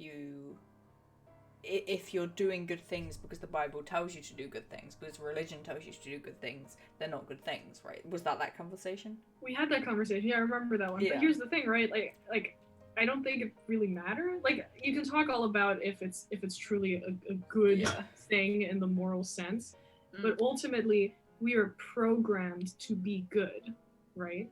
From a completely scientific perspective, we are given, our brain reacts to us being good in a positive way that makes us happier as people, and that's great. That's so cool. Right? Like we get serotonin from like fighting as well. We get happier from competition, but not in the long run. In the long run, it's just altruism. It's so weird to me. It's like so bizarre. I find it that very.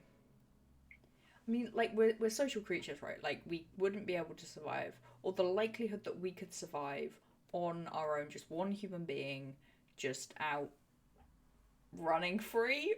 I don't know how to explain this, but the likelihood that we would have been able to. Okay, so still currently reading the book, Where the West Rules for Now, and I mean, there's something I could talk about with the title with that, which is very interesting, but. Basically, it talks about short-term and long-term lock-in theories. Bear with me. Let's see if I can remember this correctly. Basically, long-term is saying that basically because a long, long time ago, what our Westerners, so the guys in Egypt, when they all went up kind of north and into what is now Europe, and kind of spread out from there. That's not very good geography, don't at me on that. Basically, because of the climate, they were able to advance, and they had different, like wheat and various different things, and it was easier to farm, etc., etc., etc., and they ended up trading and stuff. That all happened. I'm not going to bother talking about short term, but basically all of that happened. I don't agree with this as a long-term lock-in theory if you've read the book and you know what I'm talking about. But none of that would have happened. The continuation of the human race wouldn't have existed if it wasn't for socializing and being social creatures, right? So, so helping each other, right? It makes sense, but I think it's less of a kind of doing good things, and like in the way that we. God, I might get cancelled for this, but the way we romanticize good people and doing good things, whether that's in relation to religion or, how nice someone is, or how kind someone is, or what we do with celebrities when they do something good, they're in the news, and kind of it's all romanticized and kind of packaged up as this brilliant thing. I don't think it has anything to do with that, right? I think it is purely because of that kind of root genetic thing, right? Yes, so I absolutely wanted to bring up that point as well, is that there's obviously an evolutionary advantage to being altruistic. And I think that our brains develop like that because it helps us to survive. Because society and communities, as much as we criticize them, are integral for human survival. It is what has got us this far, is living in communities, living in societies where we give to each other and make sure that we benefit from each other's work. And we don't do that just out of completely selfish reason, right? I mean, we probably, in a sense, you could trace it back there if you say that Yeah, our brains developed to be nice in order to keep us alive for longer. But even from that perspective, I think that's such a like strange and beautiful natural phenomenon to where kindness is something that is so integral to our survival. Yeah. In every sense that it is programmed in all of us. I think that's really cool. Yeah. Yeah. And like that's what I meant when I said whether you're agnostic or not, you can explain that in whatever way you want. You can talk about the evolutionary perspective, you can talk about the religious perspective if you want. It doesn't really matter because it still happened the way it did, and it's so weird to me and so like fascinating to me that kindness is so important to us. Like so important to us. I think Ed brings up a good point. Personally, I care less about good or bad. I care more if you are infringing on the lives of others. This is when I become upset. Yeah. I think it's something that I've been thinking about a lot recently, which maybe I should be concerned about. But when I die, you know, there's the thing of like, they say that, this again is going to be a long rambling explanation, but you know how they say like dancers died twice, first time when they stopped dancing, second time when they actually die, and people die generally when the first time is their actual death and the second time is the last time someone says their name. I think the dancers die 3 times. yeah, dancers actually die 3 times. I was thinking about that as well. It's all a lie. No, dancers actually, no one remembers them after they die. That's just it. They die and they exist. As soon as the passing life, oh, who was that? It's like with cats. Name a single dancer. name a dancer. Name a dancer that's died already. Jesus. Please finish your thought. I can't remember what my thought was. Yeah, so like the memory of me, like we see, this is really odd, but on TikTok there are people who go and clean gravestones, right? Or tombstones or whatever. And they like get all the lichen off and they get all the moss off and they power wash it and they scrub it, and then you can see their name and you can see their date of birth and the year they died, and it doesn't mean anything. The music very dramatically stopped when I said that. It doesn't mean anything. It doesn't mean anything, just the sudden realization. Where's the tiki music when we need it? Okay, the music is still going, it was just the end of a song. Okay, anyway. Right, it doesn't mean anything, because it's just a name and some dates. What makes a person, although we put a lot of emphasis on the name, and there's actually a study done that you can identify what someone is going to look like based on their name, or you could guess someone's name because of, you know, culture, race, more likely to give someone a name depending on your class. You can kind of, there's like a naming culture, 30-something% chance or something like that. You can get the guess the name, if given 4 options, guess the name of someone right just by looking at their face. Anyway, moving on. But like, although we put a lot of emphasis on the importance of names, it doesn't really mean anything, because once the person is gone, once the person is dead, if you don't have stories about them, you don't have, you know, tangible things that they owned, it doesn't mean anything anymore, at least not in this material plane, depending on what you what you believe. It's... Wait, I have a point to make. Okay, go for it. Do you have a quick thought to finish? I don't know where I was rambling off to. You said something really interesting. You said that outside of what we remember of them and their material possessions, there's nothing left of them. I read a book. It's called, in German, it's called Gehen gegangen, or Go Gone Went. It's a famous book by Jenny Appenbeck about the refugee crisis in Berlin. Yeah. I didn't finish it. I should finish it one day. It was really, really good. But in the beginning chapter, there's this internal monologue of like this old white guy, like teacher. He's sitting in his home. He's retired. And he's thinking about this guy who drowned in the lake, right? The guy drowned in the lake while he was on vacation, and now nobody swims in the lake anymore, right? And he talks about what's left of us when we die, and he puts so much specific emphasis on possessions. You know, he talks about how like what will connect my table to this mug that I'm holding once I'm gone, outside of the small realization or the small knowledge of myself that both of these things were once mine, or were owned by the same person. does that disappear completely when I leave, or is that small bit of knowledge something that will connect these two items forever? And then he goes on to like a little tangent and he talks about like the lake belongs to a dead man. The lake is his possession.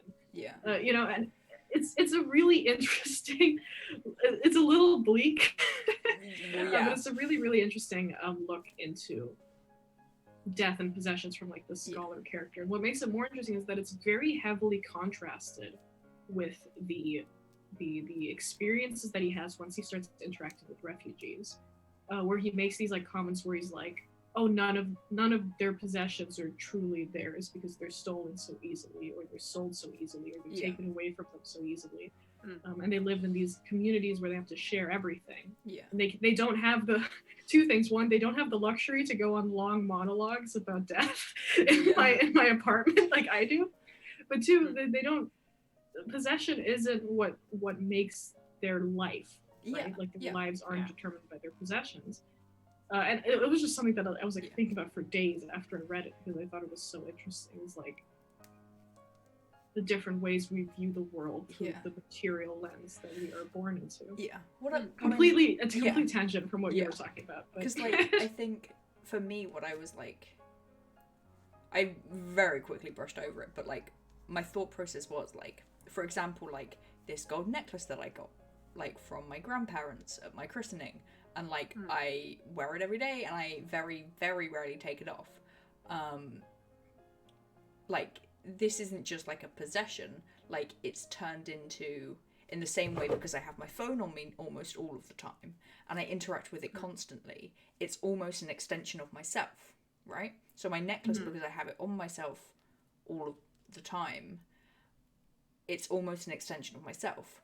So so when I'm gone, even even the stories of me are gone. If this necklace still exists, it's still going to have like the knots in it that came from like me sleeping in it all the time. It's still going to be slightly bent in places from when I snagged it on whatever it was that I snagged on it.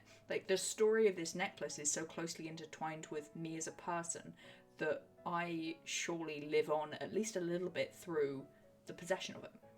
Yeah, you're talking, but what's interesting is you're not actually talking about the necklace. You're talking about the impact you left on the necklace. It's the history you've made upon a physical object that when people think, oh, how was this made this way? Yeah, and I mean, that's a fantastic, like, incredibly fascinating way to talk about death. Is like, I think it's an interesting look. I once had this friend who had this interesting philosophical argument about how a life only matters as much as the people who remember it does, because there's nothing after death. You mentioned this to us before. Yeah. This falls in line with, I don't want to talk about it because it's a thing, but the whole banana in water in a Tupperware in space. Yeah, switching in the middle of space. So remember that argument for a second. Consists? Yeah, what consists as an existence is the question, really. So to summarize it for the audience, right? Her argument was that a person only mattered as far as people remembered them, right? Or knew them, or would grieve them if they were gone, right? Because they don't exist after death. So I challenged that, and I was like, okay, so if a person exists that never met anybody, and it was actually a conversation we were having about vegetarianism, because she was saying, so I said, okay, so if a person who has never met anybody, who hasn't left a single footprint on the world, or is a complete recluse, a complete hermit, nobody even knows about him, is his life less valuable than that of a dog who has an owner that loves him? And her argument was, his life is less valuable because there's less people that love him. It was a fascinating argument, because I 100% do not agree with it. Neither do I. It's very interesting because it bases our individual worth on our worth to other people. Right? So the way that I challenged her argument, and the conversation that we had going forward was like, I would say, okay, it's an interesting argument to say that everything is based off of our impact on the world in a sense, right? But then what about the guy? Like, the guy still lived. Like, he had a house, he had a mortgage, he went to work. Like, he was being a member of society, and even if he didn't have any close friends, people know of him, and he's still making an impact and doing things. And so even by your definition, that would make him worth something. Or I think that's actually the point that she would bring up, right? Yeah. And I said, and then we went into this like interesting theoretical where we talked about what if a guy existed that left no actual mark on the world? Like he existed, but only he knew that he existed. Yeah. And But how would that nobody be could possible, see though? him. It's a theoretical. He's invisible. He's floating in the air, and people walk through But him. the thing is, in this theoretical, what you're doing is you're taking the scale of like from unimportance to importance, and you're stretching it further. You're stretching it further into one way, into the impossible, right? Mm-hmm. And yes, this is to question the validity of the entire argument as a whole. However, the idea of pulling impossibles into worth isn't. But here's it's not the thing. tangible because you're making the 0% on the chart an impossible place to get to. The reason this is important, right? Oh, Becca, you froze. Wait. Okay, there you're Oh, back. there you go. It was Yeah. just a Here's the stutter. fascinating thing. The reason you do theoreticals like that bring you to the impossible is in order to derive a conclusion you can put into the argument. And this is the conclusion we derived from talking about this impossible scenario was fucking fascinating. So hear me out for a second, right? Okay. Yeah. You have a person, he's invisible, people walk through him. He exists only in his own mind. Yeah. He doesn't exist anywhere else. He leaves no footprint, he doesn't go to work, he Yeah. just exists. And what I was like, oh, is that person's life still important? And she thought about it for a second. She was like, I guess not. And then I said, but it is, right? And she said, yeah, it is. And we thought about it for a second. And she said, or I said, I can't remember who said it, but what we came up with was that according to her theory, working off of her idea of worth, right? Yeah. His life would still be important because he knew that he existed, right? Yeah. And he would be Yeah, afraid of okay, death I know if where he we got to. died. Yeah. that's how I got to counts the as that. banana Yeah. Tupperware, right? Yeah. And so the thing was like, the way I challenged her argument was that she was working off of a linear timeline. Yeah. She was working with the idea that in this point in time, if that guy had died yesterday, he no longer exists, so his suffering didn't matter because he no longer exists, right? Mm. But if you stop looking at time as linear, you can pinpoint, oh, there was a time that he suffered, and that's bad because people shouldn't suffer. Yeah. So that's why it was important that he didn't suffer, Yeah. right? Yeah. And that is originally how I got to the banana Tupperware conversation. Yeah. Because that was the question. Yeah. I have a lot of thoughts on that, but I think we need to move on. Mainly because Ed put a question about D&D into the chat, because I think he wants us Wait, to I want to know your thoughts. Okay. Well, we did. We already God, had let me that. get We back to already that. came to that conclusion with the answer. The answers to both the questions was like yes. If there was just like this temporary conscious thought that never had a body and to interact with itself or the universe, it would still classify itself as an existence because It literally, thinks. if it's only I think one therefore I am. thought, yeah, literally, it's only one thought was Okay. I think therefore I I am. think- And it's like But in here's the the thing, linear- I There's still only- disagree with her. I still disagree with her. There's only one conclusion you could pull by extending the scale, as it were, of like importance or whatever. Yeah. God, where was I going with this? Take the time to But- think. I have one more thing to say. I still disagree with her because I think there is inherent value in life, in human life specifically. I'm sorry, vegetarians. There's also inherent value in animal life. There is, but I think there is a certain inherent value in human life that is human specific. Yes. Please don't cancel me for this. Is But that I think that from a religious? Because you're a Christian, right? So is that from a religious standpoint? Or I think it was taught to me from a religious standpoint, but I genuinely believe that even if I were agnostic, I would still believe that.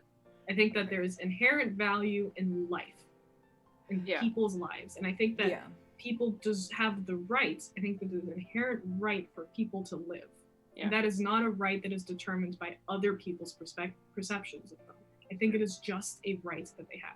Yeah, I agree with that, but it's a case where, but I agree with it in the case in that if there is one value outside of a philosophical level that you hold with something, then that philosophical level of value exists either way. So it's a case of like, does the existence of a tree matter? Well, yeah, because outside of the philosophy of where it stood, somebody has a tree that's growing in the middle of a patch, they want to build a house, the tree's in the way, they cut down the tree. So that tree did matter in the terms of like, the development of building a life around where that tree used to be. So if that tree did matter within that prospect of life, then that tree did matter existentially within the philosophy of it.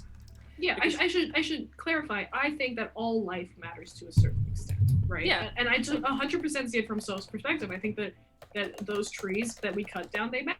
mattered. They did things and they mattered, but they're gone now, and that's it's okay. It's okay for trees to be gone. I'm not gonna mourn a dead tree. I am gonna mourn dead forest because we're slowly killing ourselves. But I'm not gonna mourn a dead tree. All right, I'm not gonna mourn a dead bug. But life in general still matters, right? But I am gonna mourn any person who dies, any person, because I think there's an inherent right for people with this. I guess if you want to put it in a not religious context, people with a certain level of consciousness, or people. Here's the thing: if you can fear your own death, right? If you can genuinely fear it, like people do, like have existential thought about your own death, you deserve to not meet that death sooner than you have to. I guess, in a sense. If you want to see it from a completely agnostic standpoint, that's how I would phrase it, right? Yeah. Here's the issue with this entire, the full, like, I think that, like, I was trying to find what this thought experiment was called, but I cannot find it. But here's what I think is the entire issue with I think, therefore I am, and deciding who or what has more importance or meaning, and total aside, Ed's child, I don't know, has found their belly button. Just an it goes very quickly into utilitarianism. I don't know if that's the criticism. I have so many criticisms of Descartes, but that's the biggest one. Okay. My issue is slightly different. I'm going to take things out of my pocket. The ego gets in the way. Right? So we are viewing this from... There's a thought experiment about libertarianism? I think it's libertarian. Basically, I might be wrong about that one, but there's a thought experiment that says if you give... if you tell anyone of any political leaning that there is, you know, like there's an island, or like you're wiping everything off the map and you have to rebuild what you think would be like the best political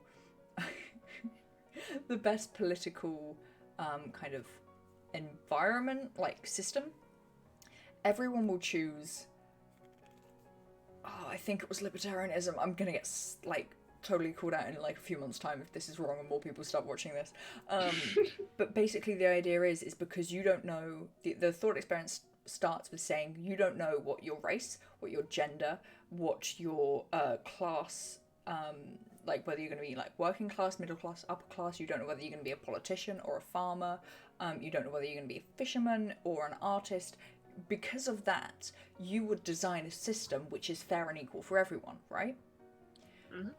But you do that because the ego gets in the way, right? Because of your fear of you not being looked after and not having what you believe you're entitled to. So if you make libertarianism? It might not. Is that not like social communism? That's what I thought at first, but I couldn't find it when I looked it up. But anyway, that's what the thought process is. Of you want everything to be fair and equal for everyone, people to have the ability to vote, that it's a democracy, all of this kind of stuff because of your ego, right? And it's the same thing with this. Of we want to say that people are important and that humanity is important because we are humanity. Because we want. The song stopped just as I finished that sentence, right? Okay, I don't know if I agree with that. The only way you are able to work out truly what is important, or what's more important, is it animals, is it humans, is it, the person who doesn't contribute to the society, or the person who contributes the most to society, is by taking a step back and taking yourself out of it. Because you are part of society, you're part of humanity, so it would be the natural reflex to say that humans are the most important.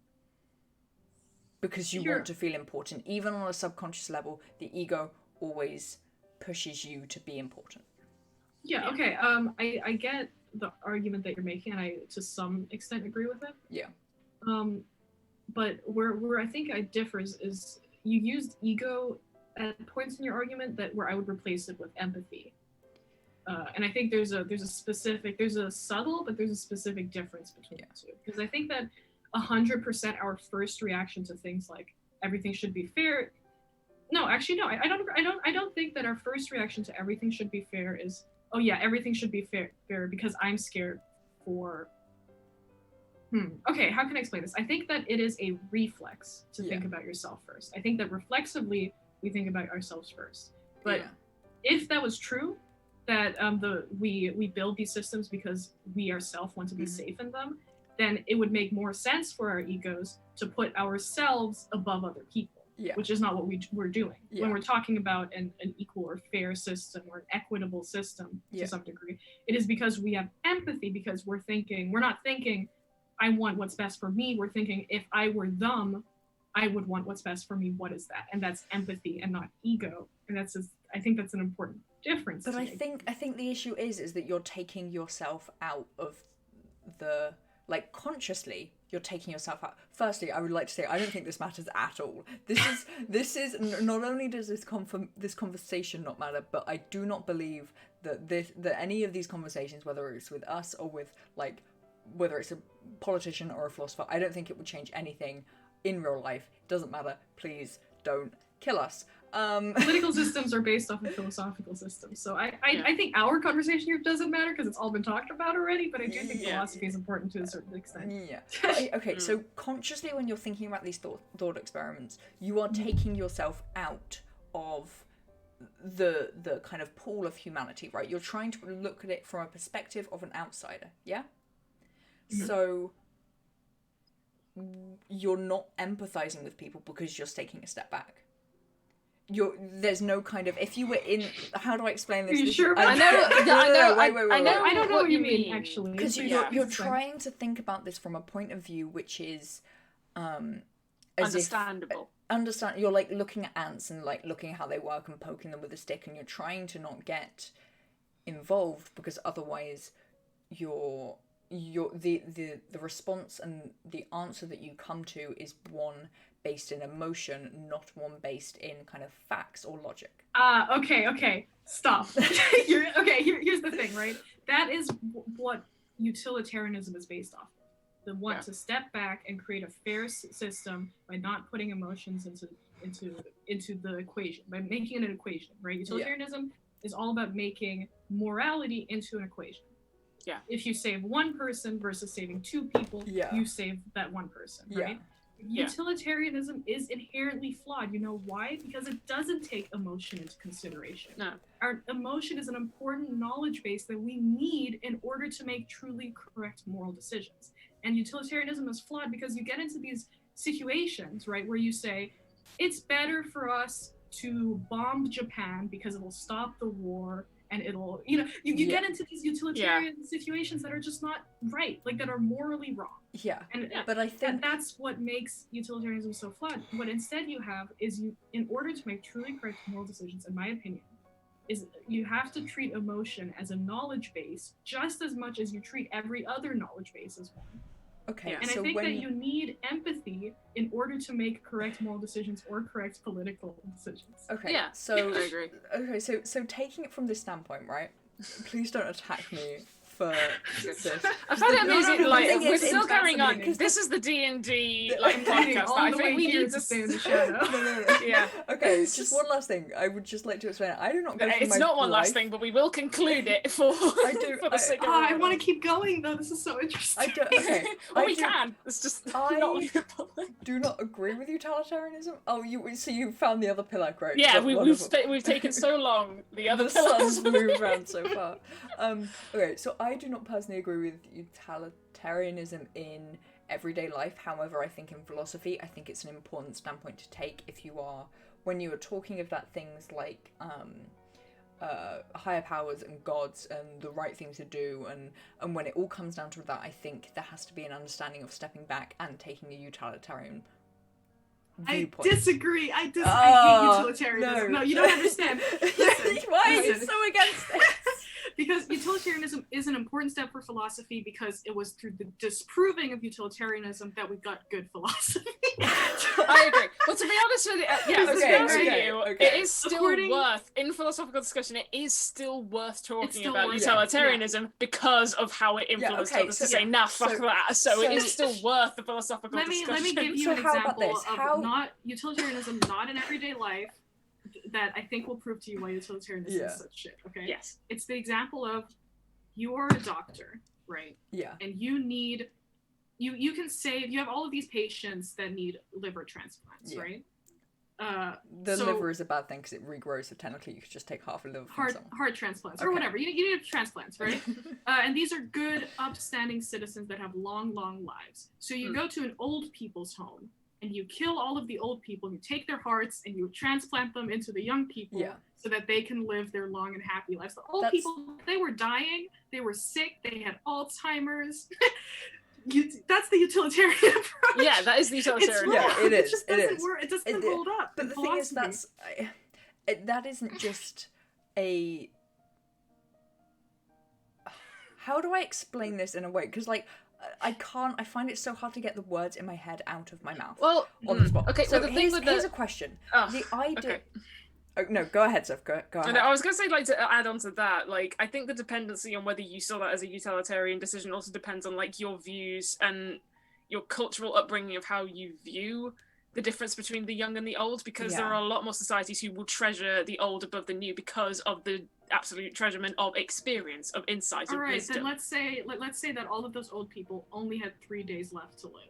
So you kill all of them, you take their hearts, you give them to the new kid, the other people. It's still a question where you have to make the moral decision. I understand. Like, utilitarianism would say, oh yeah, kill them. Just like... The thing is, in real life, if we're considering that, then what would happen is they'd be on a donor list, and they would, if they knew they only had 3 days to live, because all of those people who need heart transplants are going to be dead in 2 days. Well, in that case, there's still at least a day, if not 2 days, for them to consider their decision, make that decision, and if they do make the decision to go ahead with it, then there should be the rights of the emotional lead to it, where, like, the people who were involved in that person's life should get together, in their last hours as they make this sacrifice for others. To say that, like, it's not just one person. Here's the problem with utilitarianism. Now you're talking about consent and people's emotional responses. What if those old people, they don't want to die? They don't want to give up their hearts. Utilitarianism doesn't give a fuck. The hearts are needed for other people. We all understand, we all dislike utilitarianism in this way. However, for the process of this thought experiment, the ego gets in the way of having a true, because what we're talking about is we're not talking about personal importance, right? We're not talking about this person is important to me. We are talking about whether on a scale, we are talking about contribution to society, whether that makes you more important or not, based on a theory that none of us like. Why are we talking about this anyway? But the decision on the importance of something, it would be the same as saying, it's not like you're choosing, which kind of food you like. It's not like a scale which can be personalized to you. We're talking as a whole for the world, for everyone on the planet, who is more important and whether it is based on the interactions with other people in society, right? Mm-hmm.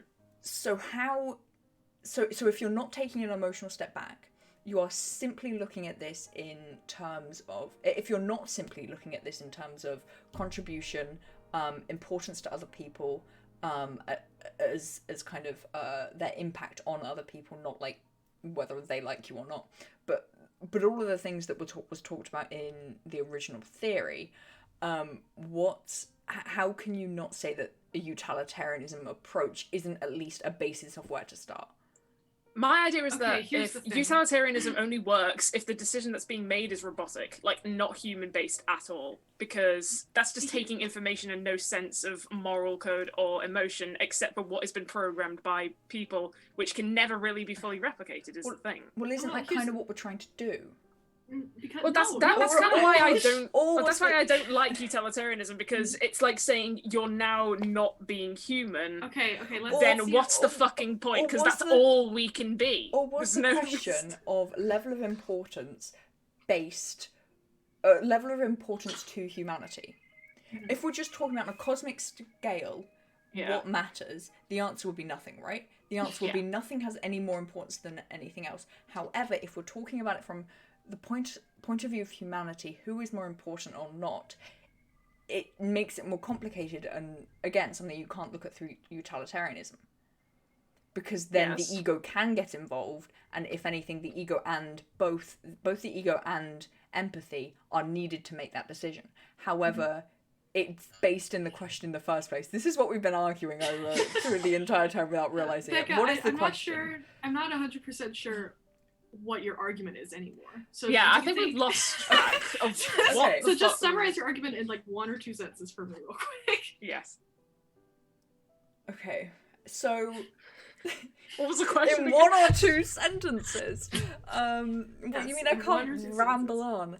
Okay, No. so Just the point. this not the this is not argument, my actually the point. This isn't what I believe in or agree in. This is just a point for the sake of arguments. Okay. Mhm. Okay. I've been with you on the same with you you anyway.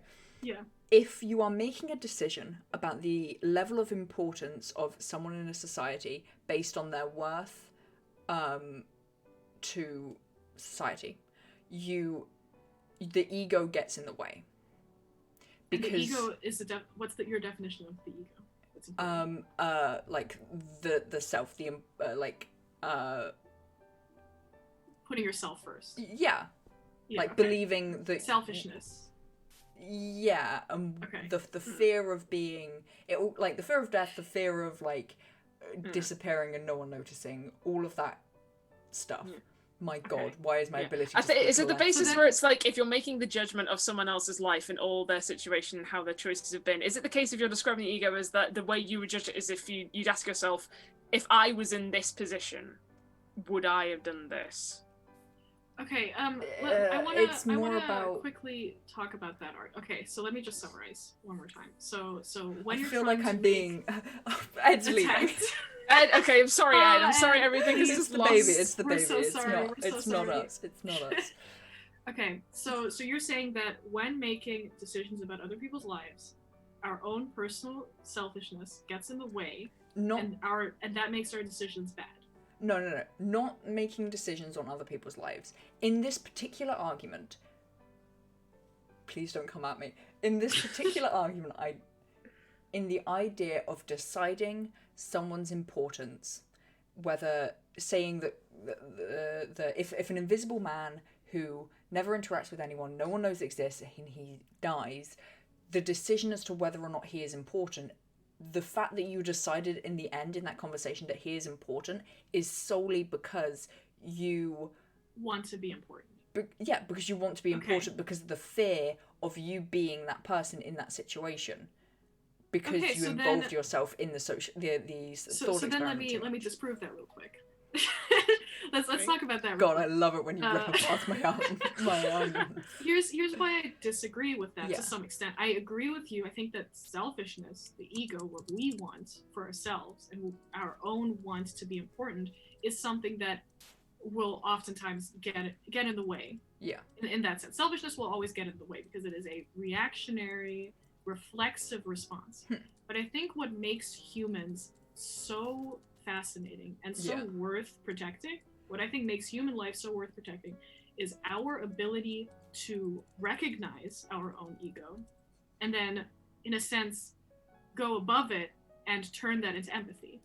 So to leave the realm of your own selfishness and to enter the realm of thinking about other people. And the reason we think about other people is inherently because we think about ourselves, but thinking about other people isn't solely a reflection of our own thoughts about ourselves. And the way I can prove that is that who wouldn't, like, okay, there are some people that wouldn't, but I think a lot of people. Well, you just disproved your own argument. A lot of but here's the people. thing, Wait, let me finish real quick. A lot of people would give up their own life in order to save someone that they love, for Yeah, example. same. That isn't born out of, well, in a sense it's born out of selfishness because empathy is born out Yeah. of selfishness. But you are valuing somebody else's life above your own, right? Yeah. And that is, to me, proof that it isn't solely based off of our ego. You can Okay. even take it a step further. There are people in this world, and not everyone, because everybody has their own, like, ego varies between people, but there are people in this world who if they learned about the invisible man that couldn't touch anything and was completely lonely, they would choose to trade places with them. Yeah. Like, there are people that are that selfless. And that's, I think, a reflection of the fact that we as people, and that's what I think makes human life so valuable, are able to rise above our ego and turn it into empathy. Yeah. Yeah. Should we leave it here, end the podcast, and discuss this off camera? Okay. Because I feel like we may have dragged on. okay. Also, I'm starving. Okay. Quick question though. You don't even have to answer it. But are you saying that is a conscious switch? That the fear of one person of being forgotten and being unimportant, that fear that ego creates, are you saying that fear is what propels empathy? Fear is not conscious. Fear is the reflexive decision, but the decision, the consent, the decision to then put someone else's life before your own, and to either overcome that fear or to embrace that fear and let yourself be forgotten or die for the sake of somebody else, that is a conscious decision. That is our consciousness at work, and that's what makes humans so special. Yeah. Okay. I think I see. Yeah. Fear is not a driver of a decision. It's a reaction to something that's caused, and everything that compiles after that of your thought process is the conscious decision. It's the fact that we can overcome fear and make decisions even if they contradict our own survival that makes us so special. Yeah. Okay. Okay, yeah. Good stuff. Thanks for joining D&D. Yeah, welcome What the fuck was that? Jesus Christ. You I mentioned also- utilitarianism, I just can't stop Yeah. myself. Yeah. The worst part is because I am such a logical person, although I do not agree with utilitarianism, and although I do not act on utilitarianism, Yeah. You can't ignore the I fact it does find- exist. I find it an interesting argument to bring up. And the sun's gone away. Perfect for the ending. There you go. And then it comes out again. It's now you have to nighttime. constantly disprove utilitarianism to make it to the next step of human moral decision. It's a That's very fine. interesting I'm more than argument happy with to take. Again, this doesn't represent the beliefs and ideas of CarpeDM as a whole. It does not This is represent just our us three. personal This is what opinions. happens This- when the camera We're turns so on. Whether Jenks, this is through if you listen to CarpeDM or this our own part, streams. We're so sorry. You could have stopped like an hour ago. We stopped talking about DnD. Carmen, it turns out you are also the glue of conversation. Like debates when it comes to Quick, D&D. mention something about your Road to El Trail characters that Jenks won't see because he would have given up at the podcast. He would have given up at this point.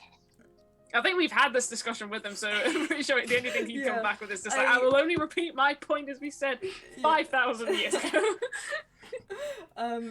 So it turns out when Carmen isn't here, these are the conversations that happens, and it turns out when Naomi When isn't Carmen here, isn't here- it just gets chaos.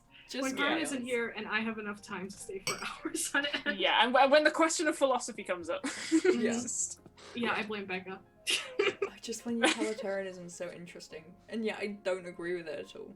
Yeah. Because like the thing about bombing Japan. Anyway, We need to end the stream. Stop now, stop. Stop that before we make any more decisions. Before we open any mouths. Let's just end the okay, stream. yeah. Thank you for joining us here on the podcast. It's been an absolute mess, but so usual. fun. Don't kill me on Twitter. Things are happening. Yeah. See you on Saturday, guys. Yes. See you then. Bye. Bye.